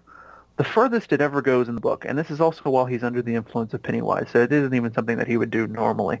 The furthest it goes in the book is there's a point where he does try to pull down her pants, not to molest her, but to check and make sure that she's still intact, because he is convinced that she's been sleeping with the boys, which had not happened yet. So that's as far as it ever goes in the book, at its very worst. And then she sort of runs away, and there's this whole sequence of him chasing her through the town. But in the movie, yeah, he's clearly molested her way before the clown was doing shit, so he's just way creepier. I mean, he's just a monster of a man. Yeah, I thought all of the parents we got a glimpse of, I was like, oh, this is a terrible person. Yeah, it's exactly pretty much the same thing they did with Henry. It's like, he's got this whole sort of subplot arc thing going on in the book, but we don't have time to do that, so we'll just take it to the extreme right from the beginning. Yeah, I mean, I thought it worked, and it was very disconcerting and very uncomfortable. And if that's what they were going for, good job. But man, my jimmies were thoroughly rustled. I was watching the movie like, can we just go back to when he was hitting her? Like, yeah, it's like that's not nearly as off-putting, because at least then it was like, oh well, you're an asshole, as opposed to ugh. Can we at least just have Mr. Marsh, who's just sort of physically abusive in like a, oh, it's the 80s, it's all fine kind of way, Right. Oh, it's the 80s. Don't worry about the mental scars, Johnny. You'll be fine. Exactly. That's much more what it is there's a lot more emphasis on hitting in the book, and not so much molestation. Right. Because the mental scars, I mean, it's if anything, I guess it's just more variety, but which is a fucked up way to put it. But if anything, it's also just like, I feel like because it's a modern film, it feels like it can go to that place. And I think that if anything doesn't, if there's anything that feels like, oh, well, we're not saying so much here as we are just, oh, it's a little more gratuitous, that's the one thing. And and don't get me wrong, you do get the feeling in the book that if he gets much crazier, he might molest her at some point. Right. But they never go all the way down that road, which is really interesting in the book where you have child gangbangs. But there you have it. But in the movie, it just feels like we did it to make everybody go ew, as opposed to thematically, what is this saying? I think subtly implying that is a million times better than, having him get down on her. Yeah, which again, weird. It got me, but it would have in any context. So The other weird thing they do is like Mr. Keen, the pharmacist. He's kind of creepy in the book, but not in a pedophile kind of way. But there's a scene in this movie where he's like hitting on Beverly. Like she initiates it as a way to help the boys steal medical supplies. Oh, that's right. Oh, yeah, that was another ugh moment. But he's way into it. Like Mr. Keen in the book is more creepy in like a Well, he's clearly very affected by Pennywise. All the adults are. Yeah. I don't know. He's got a little bit of a creepiness in the book, but it's more in like a I'm gonna fuck with these kids kind of way. It's not so much in a I want to touch that kid kind of way. Yeah, that was very disconcerting. Also, the addition of his daughter is interesting in the movie. Oh, So in the book, yeah. in the book, at some point, he just can't take any more of lying to Eddie about his medicine, and there's a scene where he sits Eddie down and tells him the truth. In the movie, they have his daughter just sort of blurt it out, and Right. the daughter doesn't even exist in the book. He's got sons in the book. He doesn't have a daughter. So like that was a weird change. There's a lot of She weird was almost changes. like a female, less overtly horrible version of Henry because she's like a female bully type of character. Kind of, but only in one scene, really. The rest of the movie, she spends sitting around chewing bubblegum. Like, Right. Yeah, I didn't like her at all. She's horrible. that was a weird addition. There are some strange changes in the movie that leave me scratching my head. I think part of it is because of the 80s setting. That's a character made for the 80s, isn't it? That could be it. Yeah, yeah. As opposed to, oh, I'm in the 50s. I've got my 2 boys at home, you know? As opposed to, we're setting this in the 80s, so I've got my high school daughter working at my pharmacy. Yeah. Now, the one adult in the movie that's probably the closest to the way she was in the book, which is good because she's not that way at all in the miniseries, is Sonia Kasparek, Eddie's mom. Again, she's creepier in the movie than she comes off in the book, and I think it's just something about like the lighting and the way Muschietti shoots it. There's something unsettling about that woman in the movie. She's very Mrs. Bates, isn't she? Yeah, yeah. That sort of comes across in the movie way more than even in the book. But I got that in the main miniseries as well. That a very Norman Bates' mother type of thing. But the huge elements of her from the book are all here. You know, the overweight, the whole thing with the placebos and like fretting. Gazebos, yep. Yeah, the gazebos. Yeah, that was his best line. Oh, it was great. All of that is carried over. So she was probably the most faithfully adapted adult. Interestingly enough, she's only in 3 scenes, but they're. And she felt more distinctly 80s to me as well, which is interesting that they changed the time period and the character more in the miniseries. Yeah, I think maybe it's the her wardrobe. You know, the first scene in the movie. She's thin and she's more nice looking. Yeah, well, in the movie she comes across 80s because I mean, you first meet her, she's sitting around in this fucking dirty ass living room, sitting in a muumuu. Right. She's got like a wolf shirt on or something. Yeah, later on in the movie, after Eddie breaks his arm, which that was another smart thing they did, having Eddie break his arm in Neibolt Street, because in the book he gets his arm broken by Bowers, and it's totally not connected to the whole clown plot. It just sort of happens. Well, yeah, because then Bill feels more guilty when it happens. They all do. Yeah, but anyway, yeah, and in that scene, she's walking around in like a tracksuit, like the most 80s tracksuit you can imagine, but in like a size 500. Yeah, I thought that worked very well, given what they were trying to get across. Let's see. But yeah, I'm glad that it's not overwrought with adults, though. It's like everybody has their moments, and it's not like, oh, we have to have an adult protagonist, otherwise adults watching this will get bored. No, we don't need that. You know, it's not about them. Yeah, I think they benefited a lot from Stranger Things coming out last year. Yeah, I don't know if you could have had this movie without Stranger Things. I don't know if it would have been as good, not having that to steal things from. Like, I feel like this movie still would have been a success without Stranger Things. Yeah, because it's it. But I think Stranger Things definitely. I think the public was in the right mindset for this movie. You know. Well, I think the filmmakers were in the right mindset to do this well in a climate where this kind of thing is going to be well received. You know, had this come out 10 years ago, maybe not. A Goonies throwback would have seemed like a stupid idea. Yeah. So one thing that's very different, both in the miniseries and in this movie, is the individual scares themselves. In the book, Pennywise does a lot more shape-shifting. At some point in that book, he becomes like every main Universal monster, except like the Invisible Man or the Bride of Mm. Frankenstein. But he turns into Frankenstein at one point, and rips off Belch's head because all three of the bullies follow them down into the sewers, not just Henry, like it is in the new movie.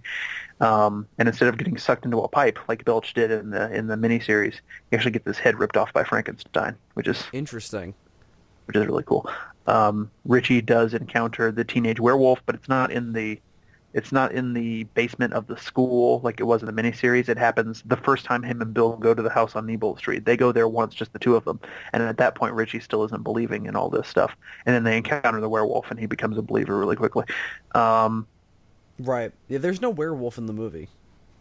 He kills one of the kids in the form of the Gill Man from the Creature from the Black Lagoon. They actually mention that kid's name in the movie, Eddie Cochran. Oh, cool. I mean, not At cool one that point, the kid died, but cool that it was the creature. yeah. At one point during the 80s sections of the book, somebody mentions that one of their friends saw the shark from Jaws swimming around in the canal. Uh, he turns into the crawling eye at some point when they're down in the sewers. Becomes a Oh, mummy. that would He have had becomes to have been in the 80s section of the book, because obviously the kids in the 50s would not have seen Jaws, so... yeah. Um, he becomes Dracula at one point. So Actually, does in the that mean library. that the... No, it's not saying the movies, it's stealing this from their memories, right? I was gonna say, like, Yeah, is it keeping up with pop culture so that way it can scare people? Like, is it doing research, like, on demographics and market research, you know? I mean, why not? The movie theater's connected to the sewer, you know? Yeah. It could Why? presumably take the form of a child and just hang out in the cinema for a day, just watching I'm sure monster it movies, does, but I don't think that's where it's getting all that from. getting its ideas, you know? It's not like Uh, the Doctor, because it's like the Doctor travels around, like he'll watch Back to the Future or whatever, but he's not, it's not going to do that just so it can turn into Biff and scare somebody. Yeah. Now the miniseries is more faithful in terms of the scares than the movie is. There are some exceptions, like the thing that happens with Bill, where Georgie's picture bleeds in his room. That's in the miniseries. That's straight out of the book. In the movie, they did the whole thing where he sees Georgie and follows him down into the basement and all that. Hmm. Which, by the way, really creepy in that scene when you realize that Pennywise actually has his hand up Georgie's back and is using him as a puppet. Did you notice that? Yeah, That's why, that was terrifying. really fucking cool. But yeah, that's different from the book and the miniseries. Ben, nobody gets his scare right. So in the miniseries, he saw like his dad's ghost, and then it turned into Pennywise, and then a skeleton. But in the book, he's walking home from the library one day, and he sees like a mummy, like walking on the water, like a mummy clown thing, and like there are balloons floating against the wind, and it's a really creepy scene the way that Stephen King describes it. Mummy was in the miniseries, but for Stan, for some reason, and the movie actually paid a little bit more of a homage to that, because when they're doing the fight down in the sewers at the end, Bill Skarsgård's head at one point turns into a mummy head, and the bandages wrap around Ben's head. Oh, So yeah. at least they had a reference to Ben being involved with the mummy, but it's a little different. Mm. Eddie's scare from the book is the leper, which is in this new movie, but was replaced with the shower scene in the miniseries. Beverly's big scare is the same in all three versions. The only one who's the same in all three versions. Mm. Mike, in addition to being present for the photo album thing, which does happen in the book, also has an extended sequence where he's being chased by a giant bird. And then we find out that the reason he has this subconscious fear of birds is because when he was a baby, there was a crow that attacked him in his crib. And it's interesting this- that he doesn't even remember that himself, but Pennywise still uses that. He's able to pick it up. Well, it's just a subconscious fear. He didn't realize why he was afraid of birds until That's I think interesting. until like his dad told him the story or something. So yeah, there's this whole sequence of him hiding from a giant bird, which in the book Stephen King compares to Rodan. So that was pretty cool. Oh, that's cool. Uh, Ren's on a fucking bird, though. This is not...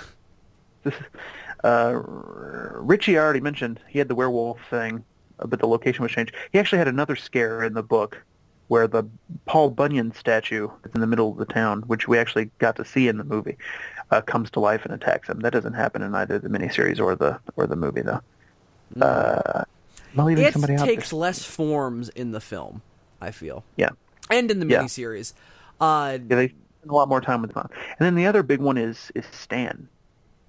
Because in the miniseries, they gave him the mummy that was supposed to be Ben's, but they put it in the house on Evil Street for whatever reason. And in the movie, he's got this weird painting that he's afraid of in his dad's office, and it turns into the lady from the painting. All of that's bullshit because in the book, he's out bird watching one night, and he wanders into this standpipe, which is basically like a big water tower type thing. And apparently some kids had drowned in there a long time ago, and he goes in, a voice beckons him, and he walks into the standpipe, and then like he sees the door closes behind him, and then the fucking dead kids come down the stairs after him. Oh fuck! It's a really creepy scene in the book that is just they've never done in either version for whatever reason. I don't know. Stan is also the one in the book who gets to see the deadlights. And that's part of the reason why he commits suicide later on. That was Bev in the movie. In the new movie, they did that to Bev. I wonder if she's going to be the one to do that. I really hope not. Yeah, I mean, because, interesting, isn't it? That fucks with things way too much, because she's supposed to end up with Ben at the end. Fun fact, Ben was the only one to cause her to orgasm during the gangbang. Yeah, that was another huge thing that you told me a long time ago. I was like, oh my god, the fact that they even did that, ugh. Apparently he was very well endowed. Let's see. Well, you know what they say about, fat kids, I guess. I don't know. For like a 12-year-old boy. Right. Is that all the kids? Did I name all the kids? Have I gone through all the kills? Fuck, how many of these kids are there? Jesus. Richie. What? Oh, Richie was the werewolf, right? Richie's a werewolf, Bill, and the thing. I think you got everybody. Yeah, okay, you get the idea. The scares are all different. Oh, another big one, and this was one that I was really disappointed with, is the way that the new movie used Patrick Hockstetter. Okay, so it was a big deal that they were having him in this movie because he's not in the miniseries at all, and there's a whole little portion of the book devoted to him. He's even crazier in the book than Henry is, and you kind of get that in the movie because he's like walking around like threatening to shoot people with his homemade flamethrower. But in the book, he's like some straight up serial killer material. He smothered his baby brother in his crib. Oh my god! When he captures animals, like kidnaps people's pets and puts them in a refrigerator that's in the junkyard, and then comes back to check on them every once in a while they're dying in there. This is the kid that this is the long-haired kid that gets killed off like 10 minutes into the right. Okay. Yeah, so he's kind of he's a much creepier character and a little bit of a bigger deal in the book, and the fact that they had him in the movie caused a lot of people who were familiar with the book like myself to be kind of excited, like, oh, are they going to do the whole thing? Because he has one of the best death scenes in the entire book. There's this whole awkward sexual experience with him and Henry, and then afterwards he goes to his refrigerator. Oh, I forgot about that too. There's a lot more of those overt homosexual themes in the book, right? Because there's a little touch of that in the movie, just because they spend so much time together and with nobody else. In the miniseries, you don't really get that because there's that one bit where they're all like fucking with Beverly, you know, so they don't really get that idea across. That was another weird change that they did in the miniseries, is that Eddie at the end is like, guys, I'm a virgin. And Richie's like, thanks for sharing. That was bizarre. I actually thought that Eddie was going to come out or something.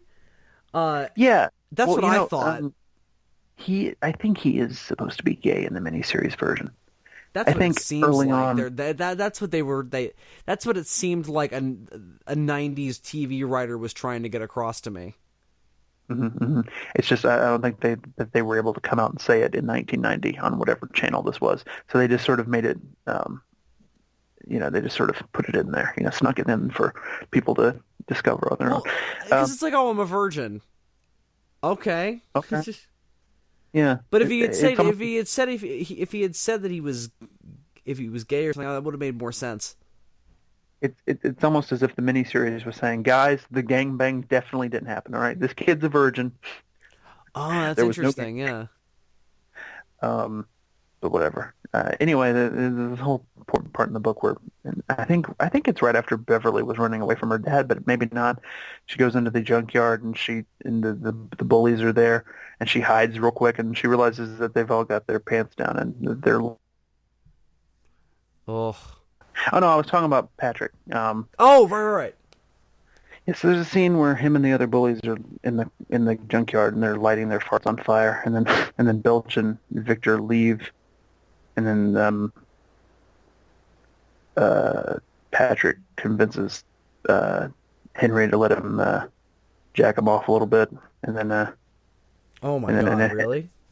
and Henry was a little apprehensive, but he went along with that until I can't even imagine the dialogue there of like, yeah, this isn't gay at all. Like, because I'm sure it happened. I'm sure it totally happened. Well, remember, this is set in the 50s, so Yeah, even oh, this isn't gay at all. The gayness doesn't exist. even the slightly older kids like Henry in the book are a little bit less sexually aware than they are, obviously, in the 80s. So it's a little bit more innocent on Henry's part, not so much on Patrick's part, because Patrick's just a creepy fuck. But anyway, Right. Henry goes along with it at first, but then when Patrick offers to put it in his mouth, I guess that was a little too gay for Henry, so he fucking punched him in the. Anyway, that's a sidetrack. I was getting to the part right after that. Very strange bit. I was getting to the part right after that where Patrick has one of the best deaths in the movie. So he goes to the fridge where he tortures the animals to death, and when he opens the fridge, a swarm of flying leeches fly out of the refrigerator and basically just suck him dry. Oh my God. Yeah, that is good. And then it drags him down in the sewers, and then the last we get of Patrick in the book is it starting to eat him. It's a great scene in the book. It's very well beloved by those like myself who have read the book. And in the movie, he walks into the sewers looking for Ben and gets attacked by some zombie kids. That's all there is to it. Yeah, they sort of mixed Stan's thing in the book with his, didn't they? Yeah, it's interesting. I don't know. It was kind of disappointing. I'm not gonna lie. I still liked that there was this strange yeah, even though it's this horrible monster, it's still killing this horrible kid. I wonder if it likes that about the kid, like the fact that it's he's this horrible bully, or if it doesn't care, because obviously Henry, it tries to make use of that, but I wonder how it feels about killing either or, given that it's so psychically aware, Yeah. I wonder if it cares about the content of every person's character.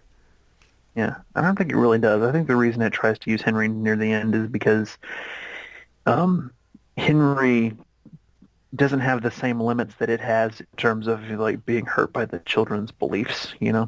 At that point in the book, the children are sort of coming to their own a little bit more, and they're becoming more effective at fighting it. They're starting to tap into this weird cosmic force that's driving them, and it again, like I said, it's starting to fear them a little bit, and I think that's why it turns to Henry and tries to use him to its advantage. Just basically trying to stack the odds in its own favor. Right. I gotcha. I was just wondering if it cares at all as to oh, this is a good one, this is a bad one, or if it's just well, this is convenient. Yeah. It strikes me more as in the miniseries that because again, he just fucks around more than he would. I think he definitely notices because he makes use of certain individuals, like Henry, like Tom, Beverly's husband. But I don't think it's a factor for him in choosing a victim, Right. Okay. But yeah, I think the individual scares were better in the movie because it felt more like they were in danger. It felt like it was genuinely trying to eat them each and every time. It didn't feel like it was just trying to fuck with them. There was none of that, Pennywise bouncing around, rattling off one-liners like there is in the miniseries, Yeah.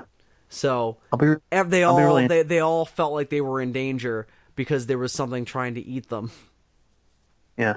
I'll be interested in when they get around to doing part two about seeing what they do in the 80s section, because in the book there's this whole thing where like a hate crime goes down. These guys are like beating up this gay dude and they throw him off the bridge, and then it basically just capitalizes on that moment and eats the guy.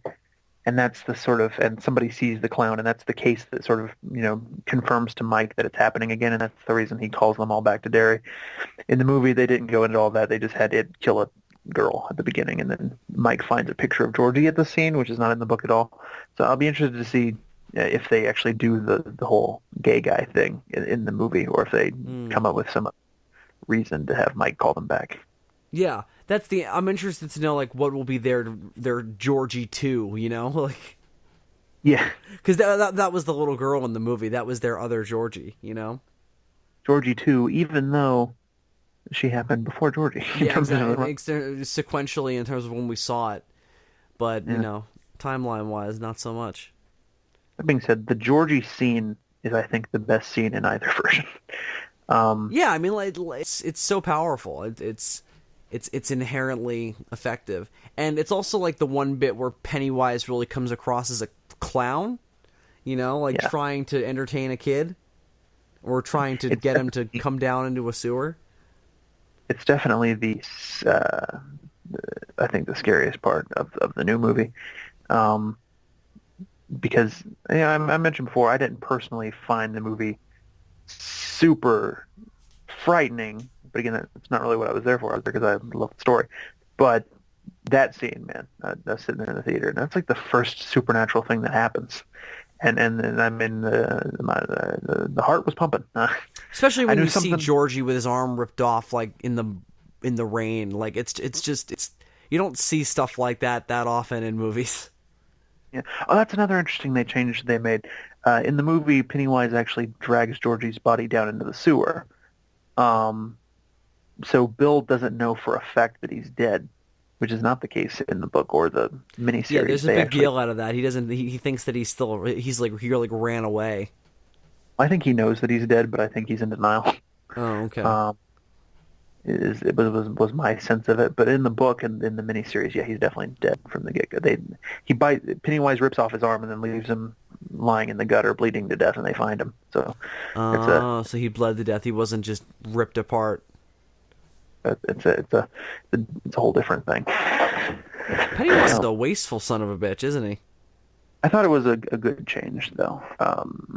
No, I thought that worked out in a very terrifying way. In that, I thought it gave Bill just a little bit more motivation, to go down into the sewer to search for the truth. Yeah. Yeah, I can see that. You could argue you don't need, because I mean, one of the interesting aspects of Bill in the miniseries, his performance, is that it's more of a revenge thing in that. Yeah. And that's one of the once things he that child figures out what's going on, he puts two and two together, as opposed to in the movie where he immediately thinks that something happened to Georgie that everybody else isn't talking about, and then when he learns about it, he's like, "Yup, see, I was right." Yeah. And ultimately it pays off really well in the scene where he shoots fake Georgie in the head. That was... Yeah, I thought that was handled...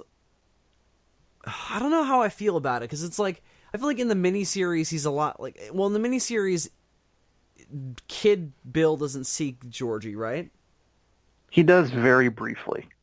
And then he looks down the tunnel and he sees Georgie standing there, and then one of the other kids is like, "It's not real, Bill. It's not real." Right. Well, okay. Yeah, that's the thing. It happens that way both times. In the movie, for a second, I was like, "Is Georgie really down here with his arm ripped off?" Because Bill and him have like this whole conversation, and that's what I liked about it, though. I thought it was kind of brilliant. That's why I'm conflicted, because it's super confusing at first. But it is sort of like this weird line where Bill does genuinely sort of kind of get to have this moment with Georgie, even though it's not Georgie, because it has such this familiarity with Georgie because he's in Bill's mind. Right. Well, I mean, what was brilliant about it to me is that I never had any doubt that it was it and not actually Georgie. If this movie had pulled a fast one at the end and been like, Georgie's still alive, it would have sincerely pissed me off. Oh, that would have been. I mean, that would have been like very strange. Like that's why I was so confused initially. Yeah, that would have been a Moffat and a half. But the way they played it was actually kind of brilliant because I never doubted for a second that it wasn't actually Georgie. But right after he shoots him in the head, they linger on Georgie's body laying there for a little longer than you would expect them to, and for a split second, it almost makes you go, "Oh shit!" Yeah, like, Like, did he actually kill Georgie? Yeah, just for a split second, and then he starts moving around and turning back into the con. And you're like, Right, "Ah." he was like, that was also very creepy when the kid turns into Pennywise. Yeah. Oh, another weird thing that happened about this movie. In the book and in the miniseries, there's this running gag where whenever Richie is talking too much and they want him to shut up, they say beep beep Richie. And in the miniseries, at one point, Pennywise even says it. In the movie, Pennywise is the only one who ever says it. Oh, really? Yeah. Huh. When Richie's in the clown room, Pennywise says beep beep Richie, and it would be a great moment if all the other kids had been saying it, because nobody else ever says it in the movie. And I'm like, Right. was Pennywise? Yeah, there's no moment like that when they want him to shut up or something. They'll just tell him to shut the fuck up. Yeah, they just say shut up. Like they don't have that running gag, and so when Pennywise says it, it just doesn't even make sense. You're like, I feel like that's another element of the 50s that was lost in the 80s because kids are just more, outwardly aggressive to each other. Yeah. They're just like, shut the fuck up, you stupid asshole, as opposed to beep beep Richie. It's shut the hell up, you stupid son of a bitch. Yeah, there's also a lot less of a big deal made about Bill's bike. Bill's bike is over. It's a huge deal, both in the book and Yeah, miniseries. I didn't get any of that in the movie, but in the miniseries, all of a sudden the bike was a huge deal, and I'm just like, what? Yeah, it is. It's sort of a symbol of his childhood. I get it, but I didn't get it until I thought about it more. In the movie, they hint at it, like the name of the bike is Silver. You can see it written on the side of the bike. And there's one scene when Ben is in the library. He looks out the window and he sees the other kids rolling down the road. And that's the only time in the movie you can hear Bill say his catchphrase from the book in the miniseries, which was "Hi-ho, Silver away," because he was a Lone Ranger fan. He says that all the time in the book when he's riding his bike, and sometimes in the miniseries, but only once in the movie. So that was interesting. A lot of just little character quirks like that were downplayed. Mostly, I think.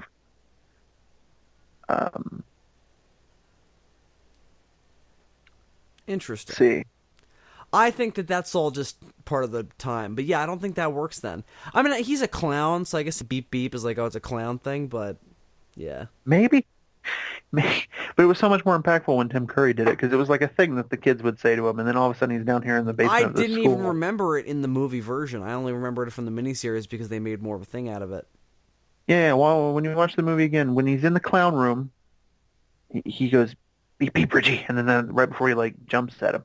Which, by the way, that whole sequence was really cool, where he, opens the casket and there's a Richie doll in there. Yep. There's also a clown statue or something in that scene that is just the Tim Curry Pennywise. Yeah. Did you see it? And yeah. I noticed that in the trailers. It's a great little Easter egg.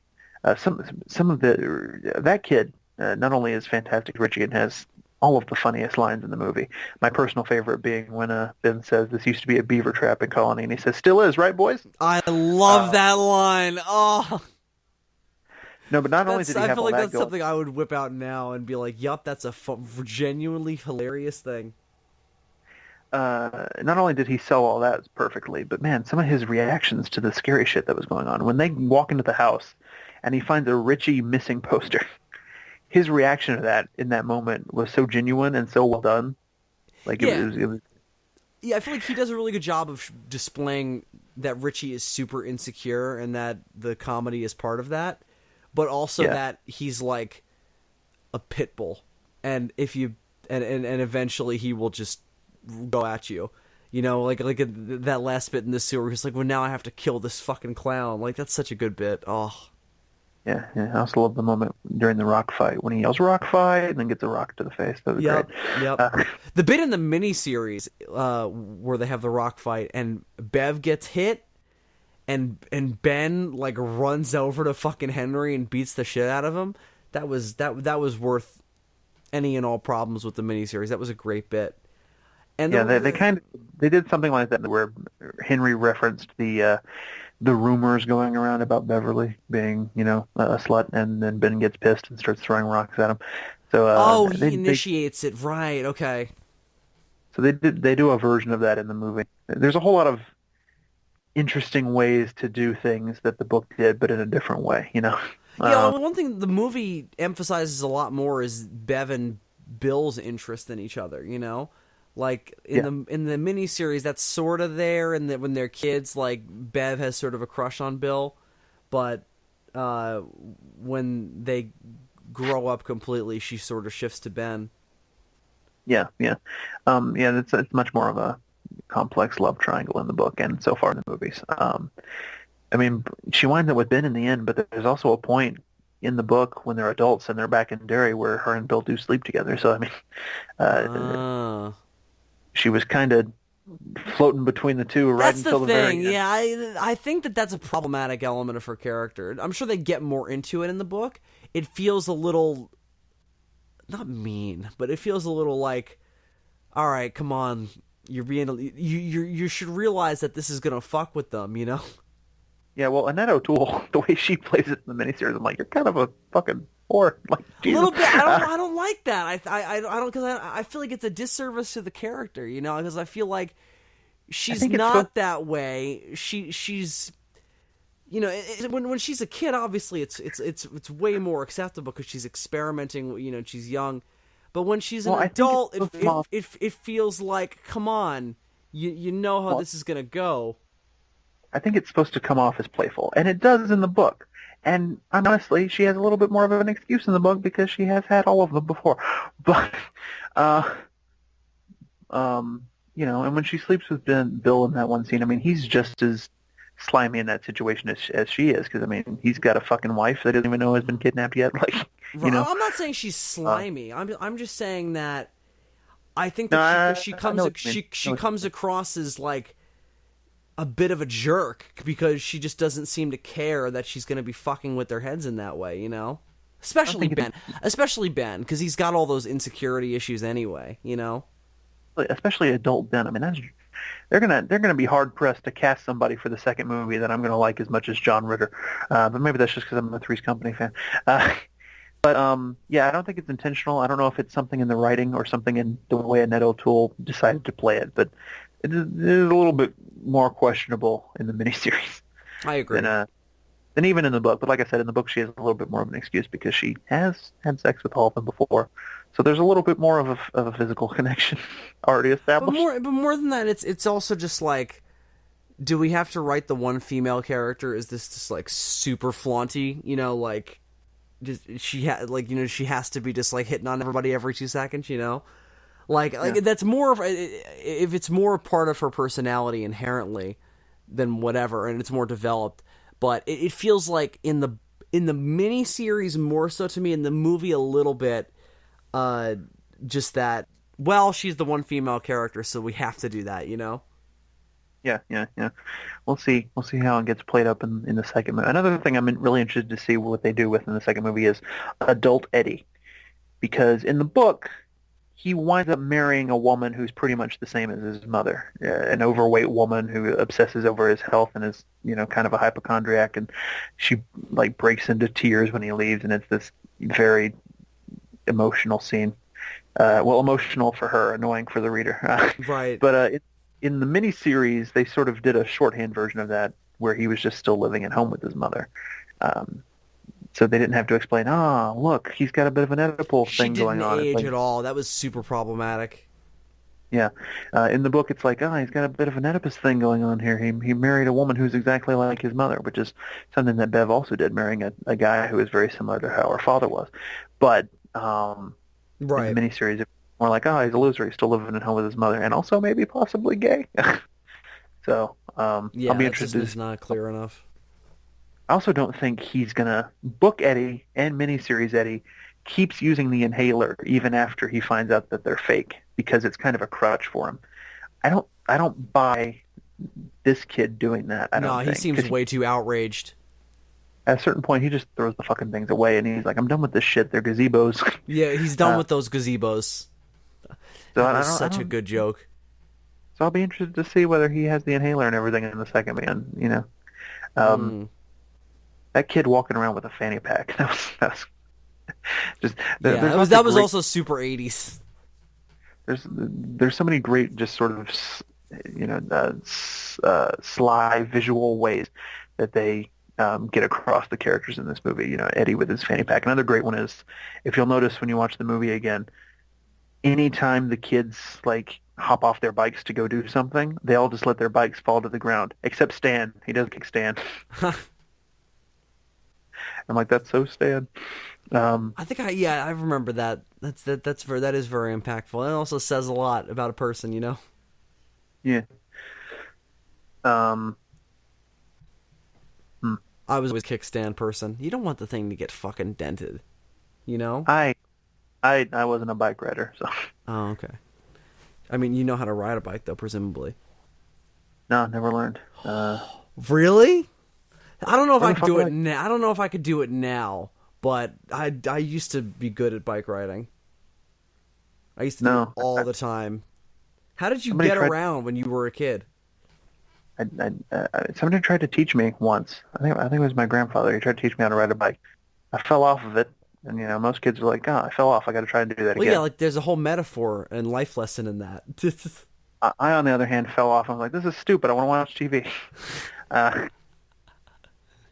You learned the wrong lesson, so you certainly had an experience. I'll say that much.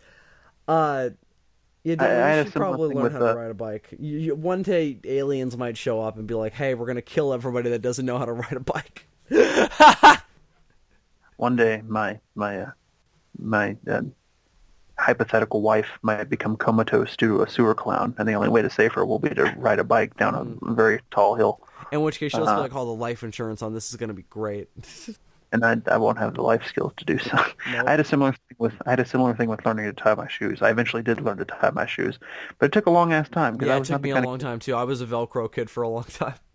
I was not the kind of kid who was willing to spend a lot of time trying to learn how to do something. I was the kind of kid that was like, well, can't do it. I definitely relate to that. In the sense of, well, this is fucking ridiculous. I'm not going to waste my time with this nonsense. But bike riding was sort of crucial. I had to get around, I had friends' house that I wanted to go to. They had bikes, so I had to be one of the pack. Yes, yeah. I was far more antisocial than you as a child, so I didn't. I was antisocial. I would force myself into it. Oh yeah, see, no. And buy myself a bike. I used to have. I had a scooter. That was my other thing. Anyway, it's not important. I tried the scooter once too because I thought. Oh, don't tell me you couldn't ride a scooter. Come on. I wanted one because I thought they looked cool. They bought me one. I never fucking touched the thing. Oh, okay. I mean, you just gotta climb on. I briefly was a skateboarder as well, very briefly. I never got good at it, but I could do it for a time. Yeah, see, that was one of those things I didn't even try to fuck with. Like, I would look at people skateboarding, and I would think, that looks cool, but... I got hurt. That's why I stopped. I nearly broke an arm doing it. I didn't actually break an arm, but I nearly broke an arm. I was like, listen, this skateboarding thing looks cool, I like rocket power, but... this is just going to turn out like the bike thing all over again. Rocket Power nearly broke my arm because I was imitating Rocket Power when I tried skateboarding. See, don't try Rocket Power at home, kids. Don't be a Rocket Power. You think kids today even know what Rocket Power is? No, they don't know what rocket... I mean, they definitely don't air reruns of that now, right? I hope not. It's so 90s. Like, that show is so inherently 90s. I don't know if you could. I don't remember it being very good, to be honest. Rocket Power? I loved Rocket Power when I was a kid. I don't know. I remember being like, this has a really cool theme song, but then the rest of it was like, what are they doing? Well, like I said, it's so 90s. Then every episode was just, we're skateboarding. Kids with no responsibilities, having no responsibilities, not having to kill fucking clowns. Yeah. trying to think if there's anything else I want to say about it.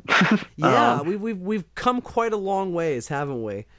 Uh, I mean, I could talk for much longer if we were discussing the book specifically. yeah, But we're not. we'll have to save that for its own thing, just so we're not going to stretch this out to 15 hours. I will. Yeah. I mean, after this conversation, I mean, realistically, I'll probably order it the next time I'm on Amazon and read it in my own time. And then whenever we plan out the episode, we'll do it. I don't know if we'll plan it out for a special occasion or not. Oh, I forgot to give him some props because he's not in the movie that much, but the kid that they got to play Georgie was also really good. Yeah, he's better in the movie by quite a bit. Because the actor is just more experienced, it seems. We're in some sort of weird golden age right now for child actors, by the way. Child actors are really good right now. It's scary. Like Stranger Things and then Logan and now fucking this shit. Like, what the fuck is happening? Even the kids in Jurassic World weren't bad. Will Smith's going to have to step his game up if he wants to keep giving his children careers. Yeah. Well, they're not really kids, quote unquote, anymore. They're young adults now. That's true. Now they're maladjusted teenagers now. But what was I saying? Yeah, it's so funny. You made a Smith kids joke last time, and I didn't call you out on that. Like, they're not really kids anymore, D. And also, did I? Did I make a Will Smith? Yeah, you did. You did make a Will Smith kids. It may have been in the last SOS, actually. I don't know, but it was recently.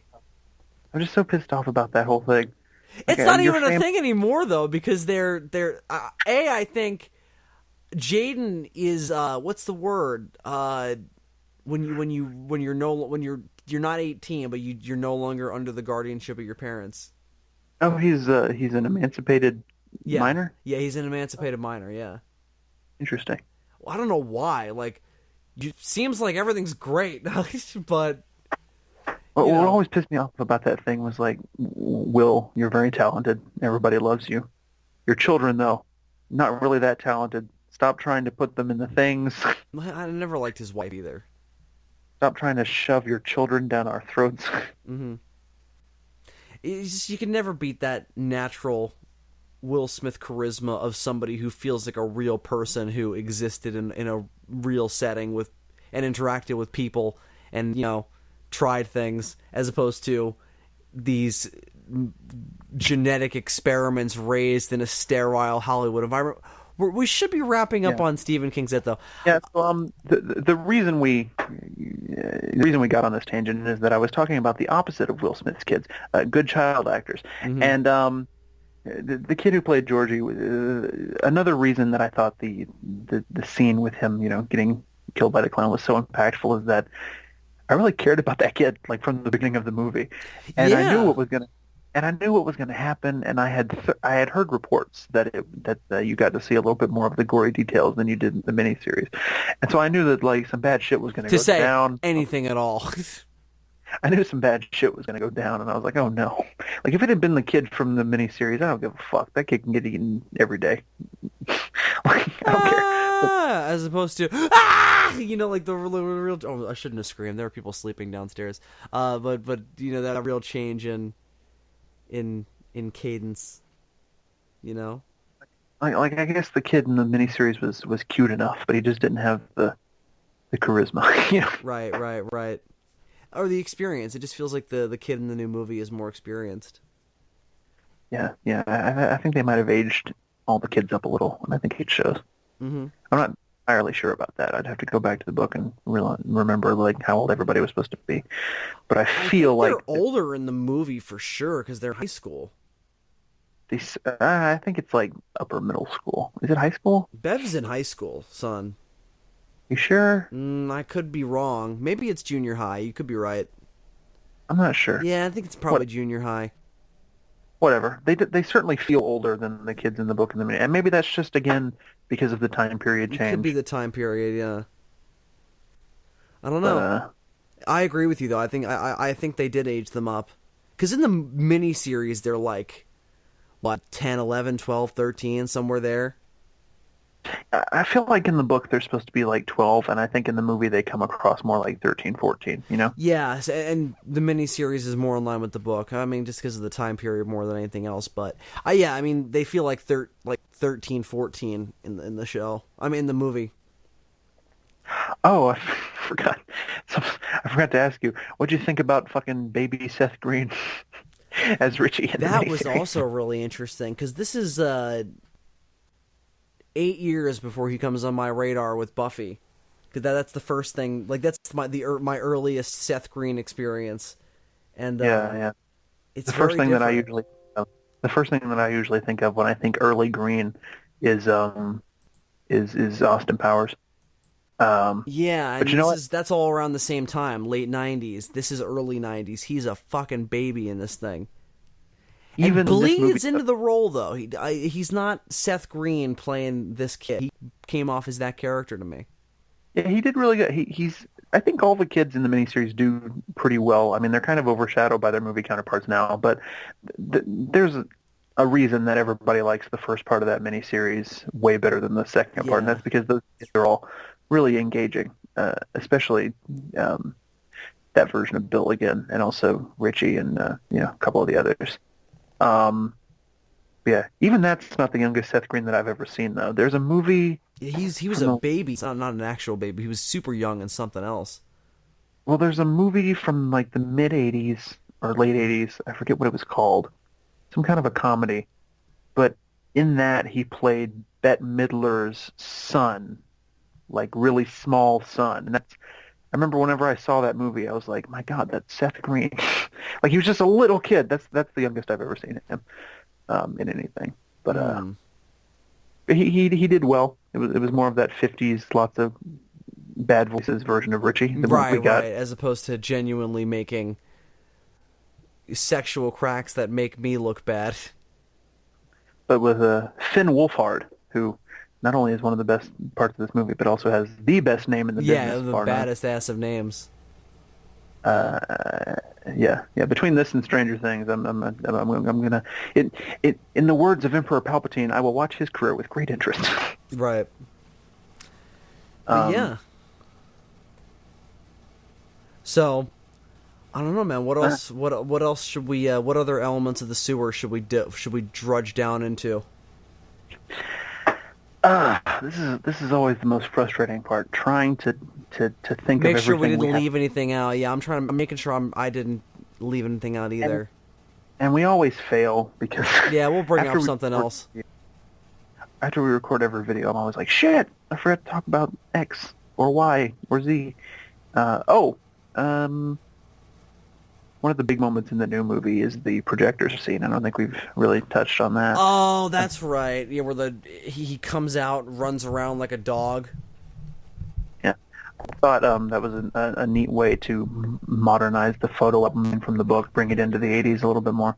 And I thought just the visual of Godzilla-sized Pennywise in somebody's garage was He's not Godzilla sized. well, fine. Attack of the 50-foot woman size, maybe. I don't know. Um, you know what I mean? He's fucking I big. got you. I got you. Fucking King Kong size. Yeah, I What would the say fuck? Kong size is more accurate. I didn't mean to get picky there, but you said Godzilla size. I was like, he wouldn't be able to even interact with them then. Anyway, I thought that was a really cool visual. So, Yeah, I agree with you. I think that was a really cool update of it. Like we said, I think that the movie does a really good job of not beating you over the head with the fact that they changed the era mhm. and still making it feel like, well, we changed the era, so these things would be different, and it might be interesting if we make them different. So I just think that the movie of the two of them is just smarter and better suited for its medium. Yeah. Uh, Well, what the thing about it is, this movie is set around the time that the original miniseries came out. I mean, right. 90, 89, it's only a year different. It's set around the same time. It came out exactly 27 years after the miniseries, which is how long Pennywise naps in the story. So that was a nice bit of subtle viral marketing going on there. And when the kids come back to Derry 27 years later, it'll be in the year 2016, so it'll still be super recent to when the movie comes out in 18 or 19, whatever year it comes out. So It'll probably still be a 2019. period piece, though. Interestingly enough, It will still technically be for a one of the period piece. worst years in recent history. By that point, Blade Runner will start to become a period piece. But Yeah, that's true. oh, But you Blade think they Runner is throw a, not yet. you think they throw a Trump joke in there? Uh, I mean, he will have been running, but he wouldn't. He wouldn't have been elected, probably, depending on what month it's set in. If it's set in October or November, I meant November. Then yeah, I mean they honestly, could be like, well, shit, we got that to look forward to. as cringy as that might come off, I think they actually might, because I could totally buy this version of Richie throwing out a Trump joke. Yeah, that's true. I mean, Kong Skull Island made a Trump joke, so why not? Yeah. And that's not even, and that was way before Trump was even remotely president. I mean, 2016 was definitely a year for the nation being terrorized by orange-haired clowns. And So I mean, making Trump jokes, yeah. it's super fitting, isn't You know what's interesting? 2016 was also when we had that epidemic of clowns in the U.S. who were showing up and like chasing people. A lot of that was in my state and on Long Island. There was a whole thing. Yeah, I wonder how much that played into the decision to have the final confrontation take place in 2016. I don't know. It's really interesting. Oh, okay. There is definitely one more big thing that I wanted to talk about that Okay. I'm glad I thought of before we end. How genius is the way that this movie has the clown just in the background throughout the whole thing? So you're in an alley and you'll see Pennywise graffiti on a wall. That's cool. But the one that really got it to me is if you pay attention to what's going on people's television sets all throughout the movie. There's some creepy children's show where the woman is saying, "Kids, you can all go play in the sewers and you'll meet a clown." Yep, that was terrifying. And it's all just, Henry's dad is watching it for some reason. And it's all just Pennywise influencing the town in these subtle ways. And again, and then she's like, "Kill him, Henry! Kill them all!" That was all really great stuff. And it was a great way to visualize one of the major themes of the book, which is the way that Pennywise isn't just under Derry, isn't just a part of Derry. In many ways, Pennywise is Derry.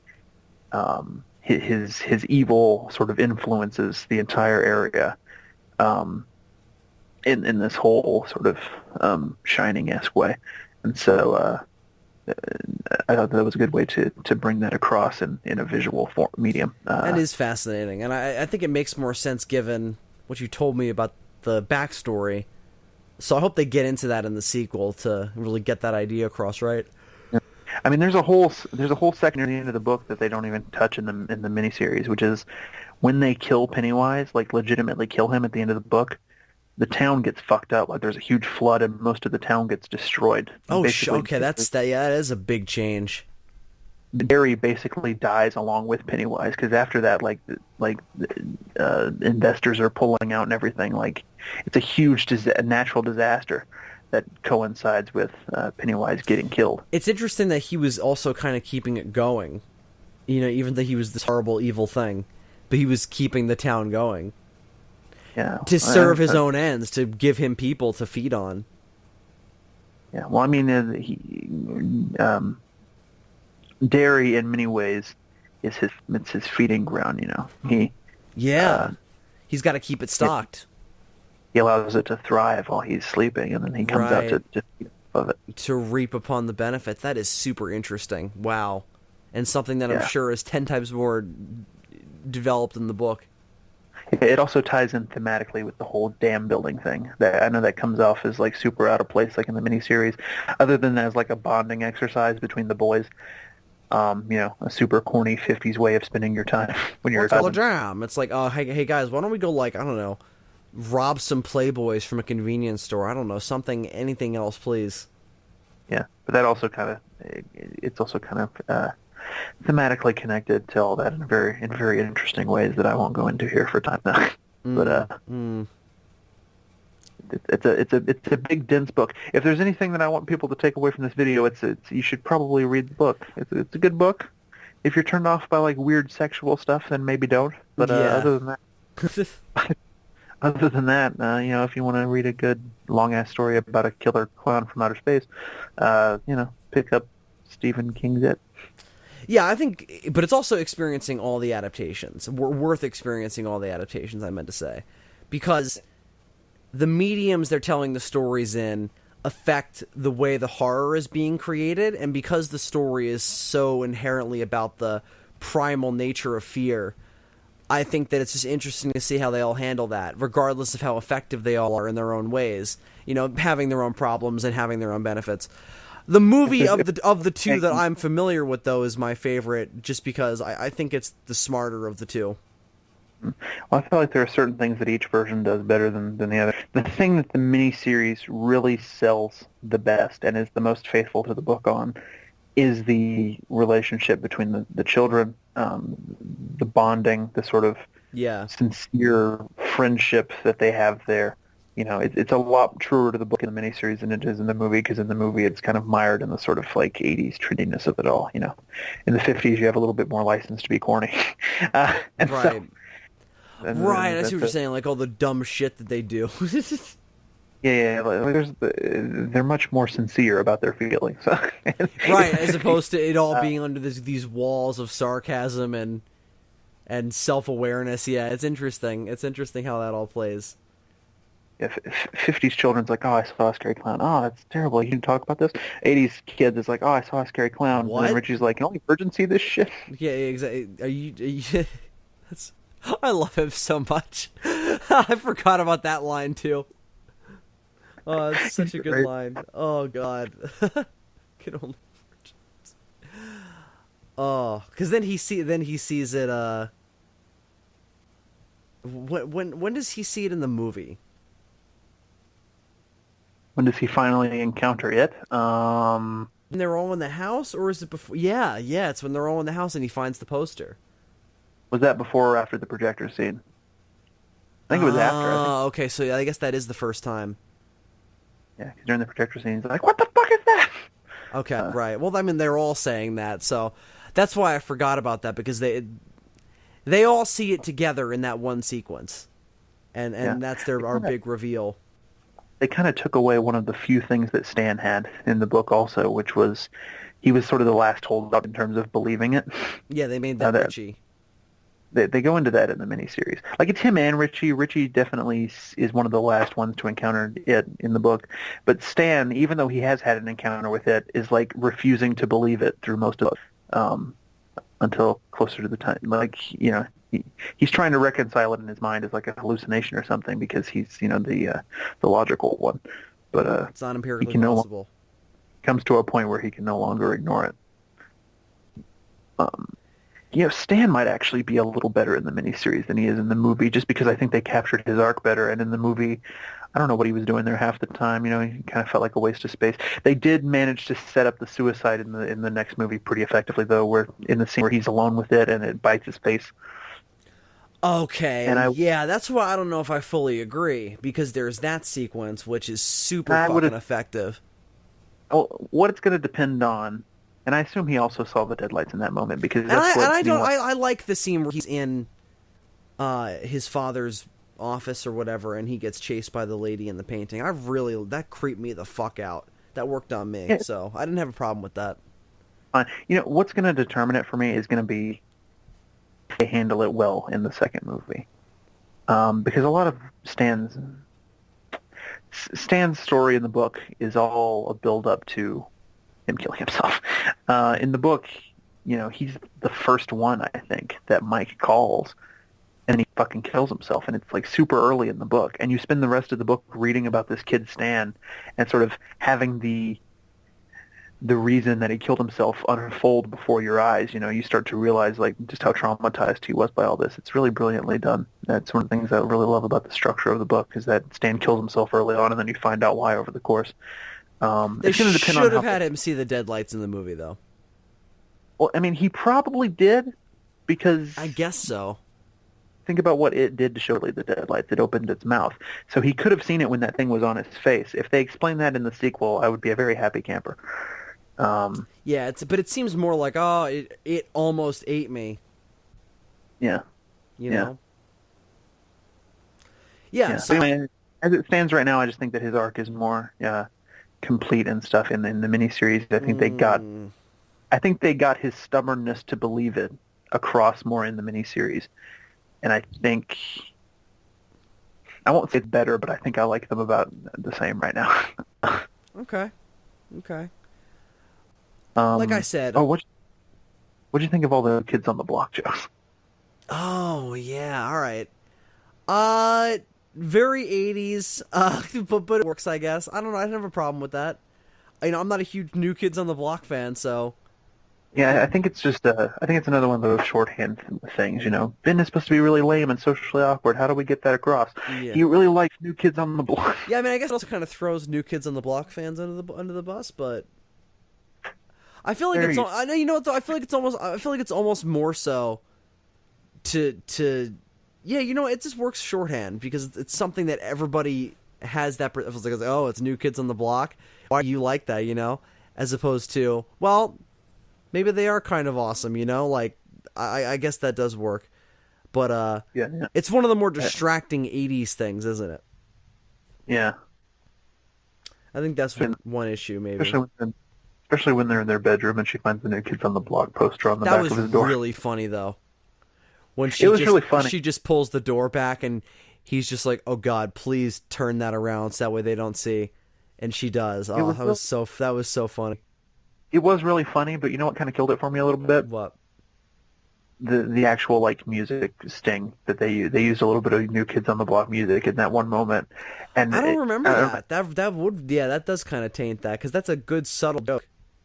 Yeah, to me, it kind of, I think they overplayed it a little at that point. Like Yeah. showing the New Kids on the Block poster on the back of the door and then having her close it again. That's all fine and dandy, but there's a little bit of just like a little sting of some music, New Kids on the Block music in that moment. I'm like, I get it. Mm. Don't overcook your joke. Don't undercook your joke, but don't overcook it. Neither. Just make it right. Just cook it in the right balance level. Put some forethought in, and cook it at the right balance level. Yeah. Well, we'd better. Yeah. I do definitely. Oh, you got something else? I was going to say let's cut this off now before I think of something else to say, but I just want to take a moment to recognize the Pennywise dance number. Oh God, yeah, no, that was great too. Yeah, I mean, Tim Curry calls himself Pennywise the Dancing Clown, but he never dances. It was a magical moment in cinema. It's right up there with fucking I'm Your Father. Yep. It's one of those things. Rosebud. Smile, you son of a bitch. It's Rosebud. Yeah, it's definitely up there. Get away from her, you bitch. All of those moments. The Pennywise dance. It's really the pinnacle of the movie. I'm not sure how much of this is sarcasm. If any of it. It's just because it's a truly terrifying moment for all of us. Anyway, we should really cut this off. Yeah, we should definitely get this thing wrapped up. All in all, it's a really good story, regardless of adaptation, and that's what I really learned looking at these two things and comparing them. But I think you should watch both and then read the book. Do it the way I did, so that way you don't totally hate the other two. Yeah, because I don't thus far. The movie is still my favorite, but I'm sure my reading of the book will change that. Well, I mean, I read the book first, and it didn't cause me to hate the other two. I just liked the book most. Oh, okay. I thought you had seen the other two first. My bad. I mean, you'd seen the miniseries first. My bad. Well, I had vague memories of the miniseries, and I had also seen the Nostalgia Critic review. But it was only after finishing the book that I sat down and just watched the thing from beginning to end. Okay, gotcha. All right. So I kind of knew. All right. I kind of knew what was up with the miniseries, but just hadn't sat through it myself at the time. I would personally recommend you still do it the way of like movie miniseries than book, just because I think your perceptions of it will be the most fluid. Things will make the most sense to you than like, oh, this is done like that. All right, that makes sense. Or you could do miniseries, then movie, then book, and just watch the story slowly rise in quality. Right. Right. Yeah. That's one way. But yeah. this was always intended to be a review of the movie. The only reason we were talking about the miniseries was for compare and contrasting reasons. But the miniseries definitely has its own merits, and I would also I would definitely recommend everybody check it out as well. I don't know if I got to say everything about that I could have, because again, we were mostly focusing on the movie here, and we've been going on for a very long time now. But just I think everybody we gave both their fair due. I really do. Everybody, go check that shit out. Indeed, indeed. So yeah, lots of things have been said, many things. But of all of them, the only thing that we need you to take away is that, listen, if there's a clown down in the sewers, just fucking go kill him. That's it. There's no need for all this like, oh guys, we shouldn't go down in the sewer. We should be, just one of these other fucking adults that sees a child about to be molested and then walks away. Why does Pennywise do that? Why does what's Pennywise like? Oh yeah, let the kids get molested. Like why is Pennywise making that a thing? I didn't think this really needed saying, but don't talk to strange clowns, especially strange clowns in sewer drains. That's never a good sign. Like, much as I like Georgie in the movie more than Georgie in the miniseries, he's even more of a dumbass because this is post John Wayne Gacy, the world he's living in. Yeah. He should be far more. Killer Clowns from Outer Space is a movie that exists. Ronald McDonald is in the pop culture ether. He has more reasons to be apprehensive than 50s Georgie, whose only exposure to clowns has been Bozo and creepy cereal commercials. So, have you ever seen that commercial clown, the black and white one? Fuck. I'm not even a clown phobe, but that is legitimately the scariest clown in the world. You look at that stuff and you're like, how do these people not realize they're creating a mass sense of hysteria about these fucking people and ruining it for these people just trying to do their jobs? But although at the same time, though, if you're a clown, great, but come on, I'm not gonna hire you for my party. Like I'll get an Xbox, like or something else, Yeah. I don't find it entertaining, I find it annoying. I might consider, hiring a mime, but not a clown, which is weird. I'll hire a magician. Which is weird to me because mimes should probably be even more frightening because they don't say anything. They feel more honest in a way, though, don't they? We need. That's what we need. We need a scary movie to ruin mimes. Mm-hmm. You could have an evil serial killer mime who can stab you with invisible objects. Absolutely. It would be great. But yeah, hire a magician and solve all this bullshit right there. Again, at least it looks cool. Yeah, so that's our first DFOS Halloween special down. They won't all be this long. There was a lot of material to cover. No, there was a lot of content to cover this time. Next time we're only covering one movie. So what is that one movie we are reviewing next time? We're going to be talking about a 1980s, I don't know if you would call it a cult classic because it was successful at the time. But I also feel like it's kind of forgotten by a lot of people. So maybe it is cult. It has cult status now. I don't know. I don't know what you would classify it. And that did well too. I'm not sure what to classify it as, but we're going to be talking about Fright Night, which is a super fun vampire movie from the 80s. I've never seen the original. I've only seen the remake. I know very little about it except that it's got vampires in it. So it's going to be a good time. Indeed. So tune in for some cheesy 80s goldenness that is Fright Night 1985 or 6, one of those years. So we're playing in a similar time period, but very different tone. This is not psychological horror that's like digging into the roots of humanity. This is vampires. This might be a bit of a spoiler, but now that I think about it, all the movies we selected for this kind of revolve around the 80s in one way or another. Interesting. Yeah, we did, didn't we? That shows you where our minds are, aren't they? All right. Well, that's going to do it for this week's episode. We hope that you don't end up dead in the Barrens. So until next week, I'm Bill Worcester, a.k.a. Zazubaar. Why do you live in a place that has barrens? I'm Super 64.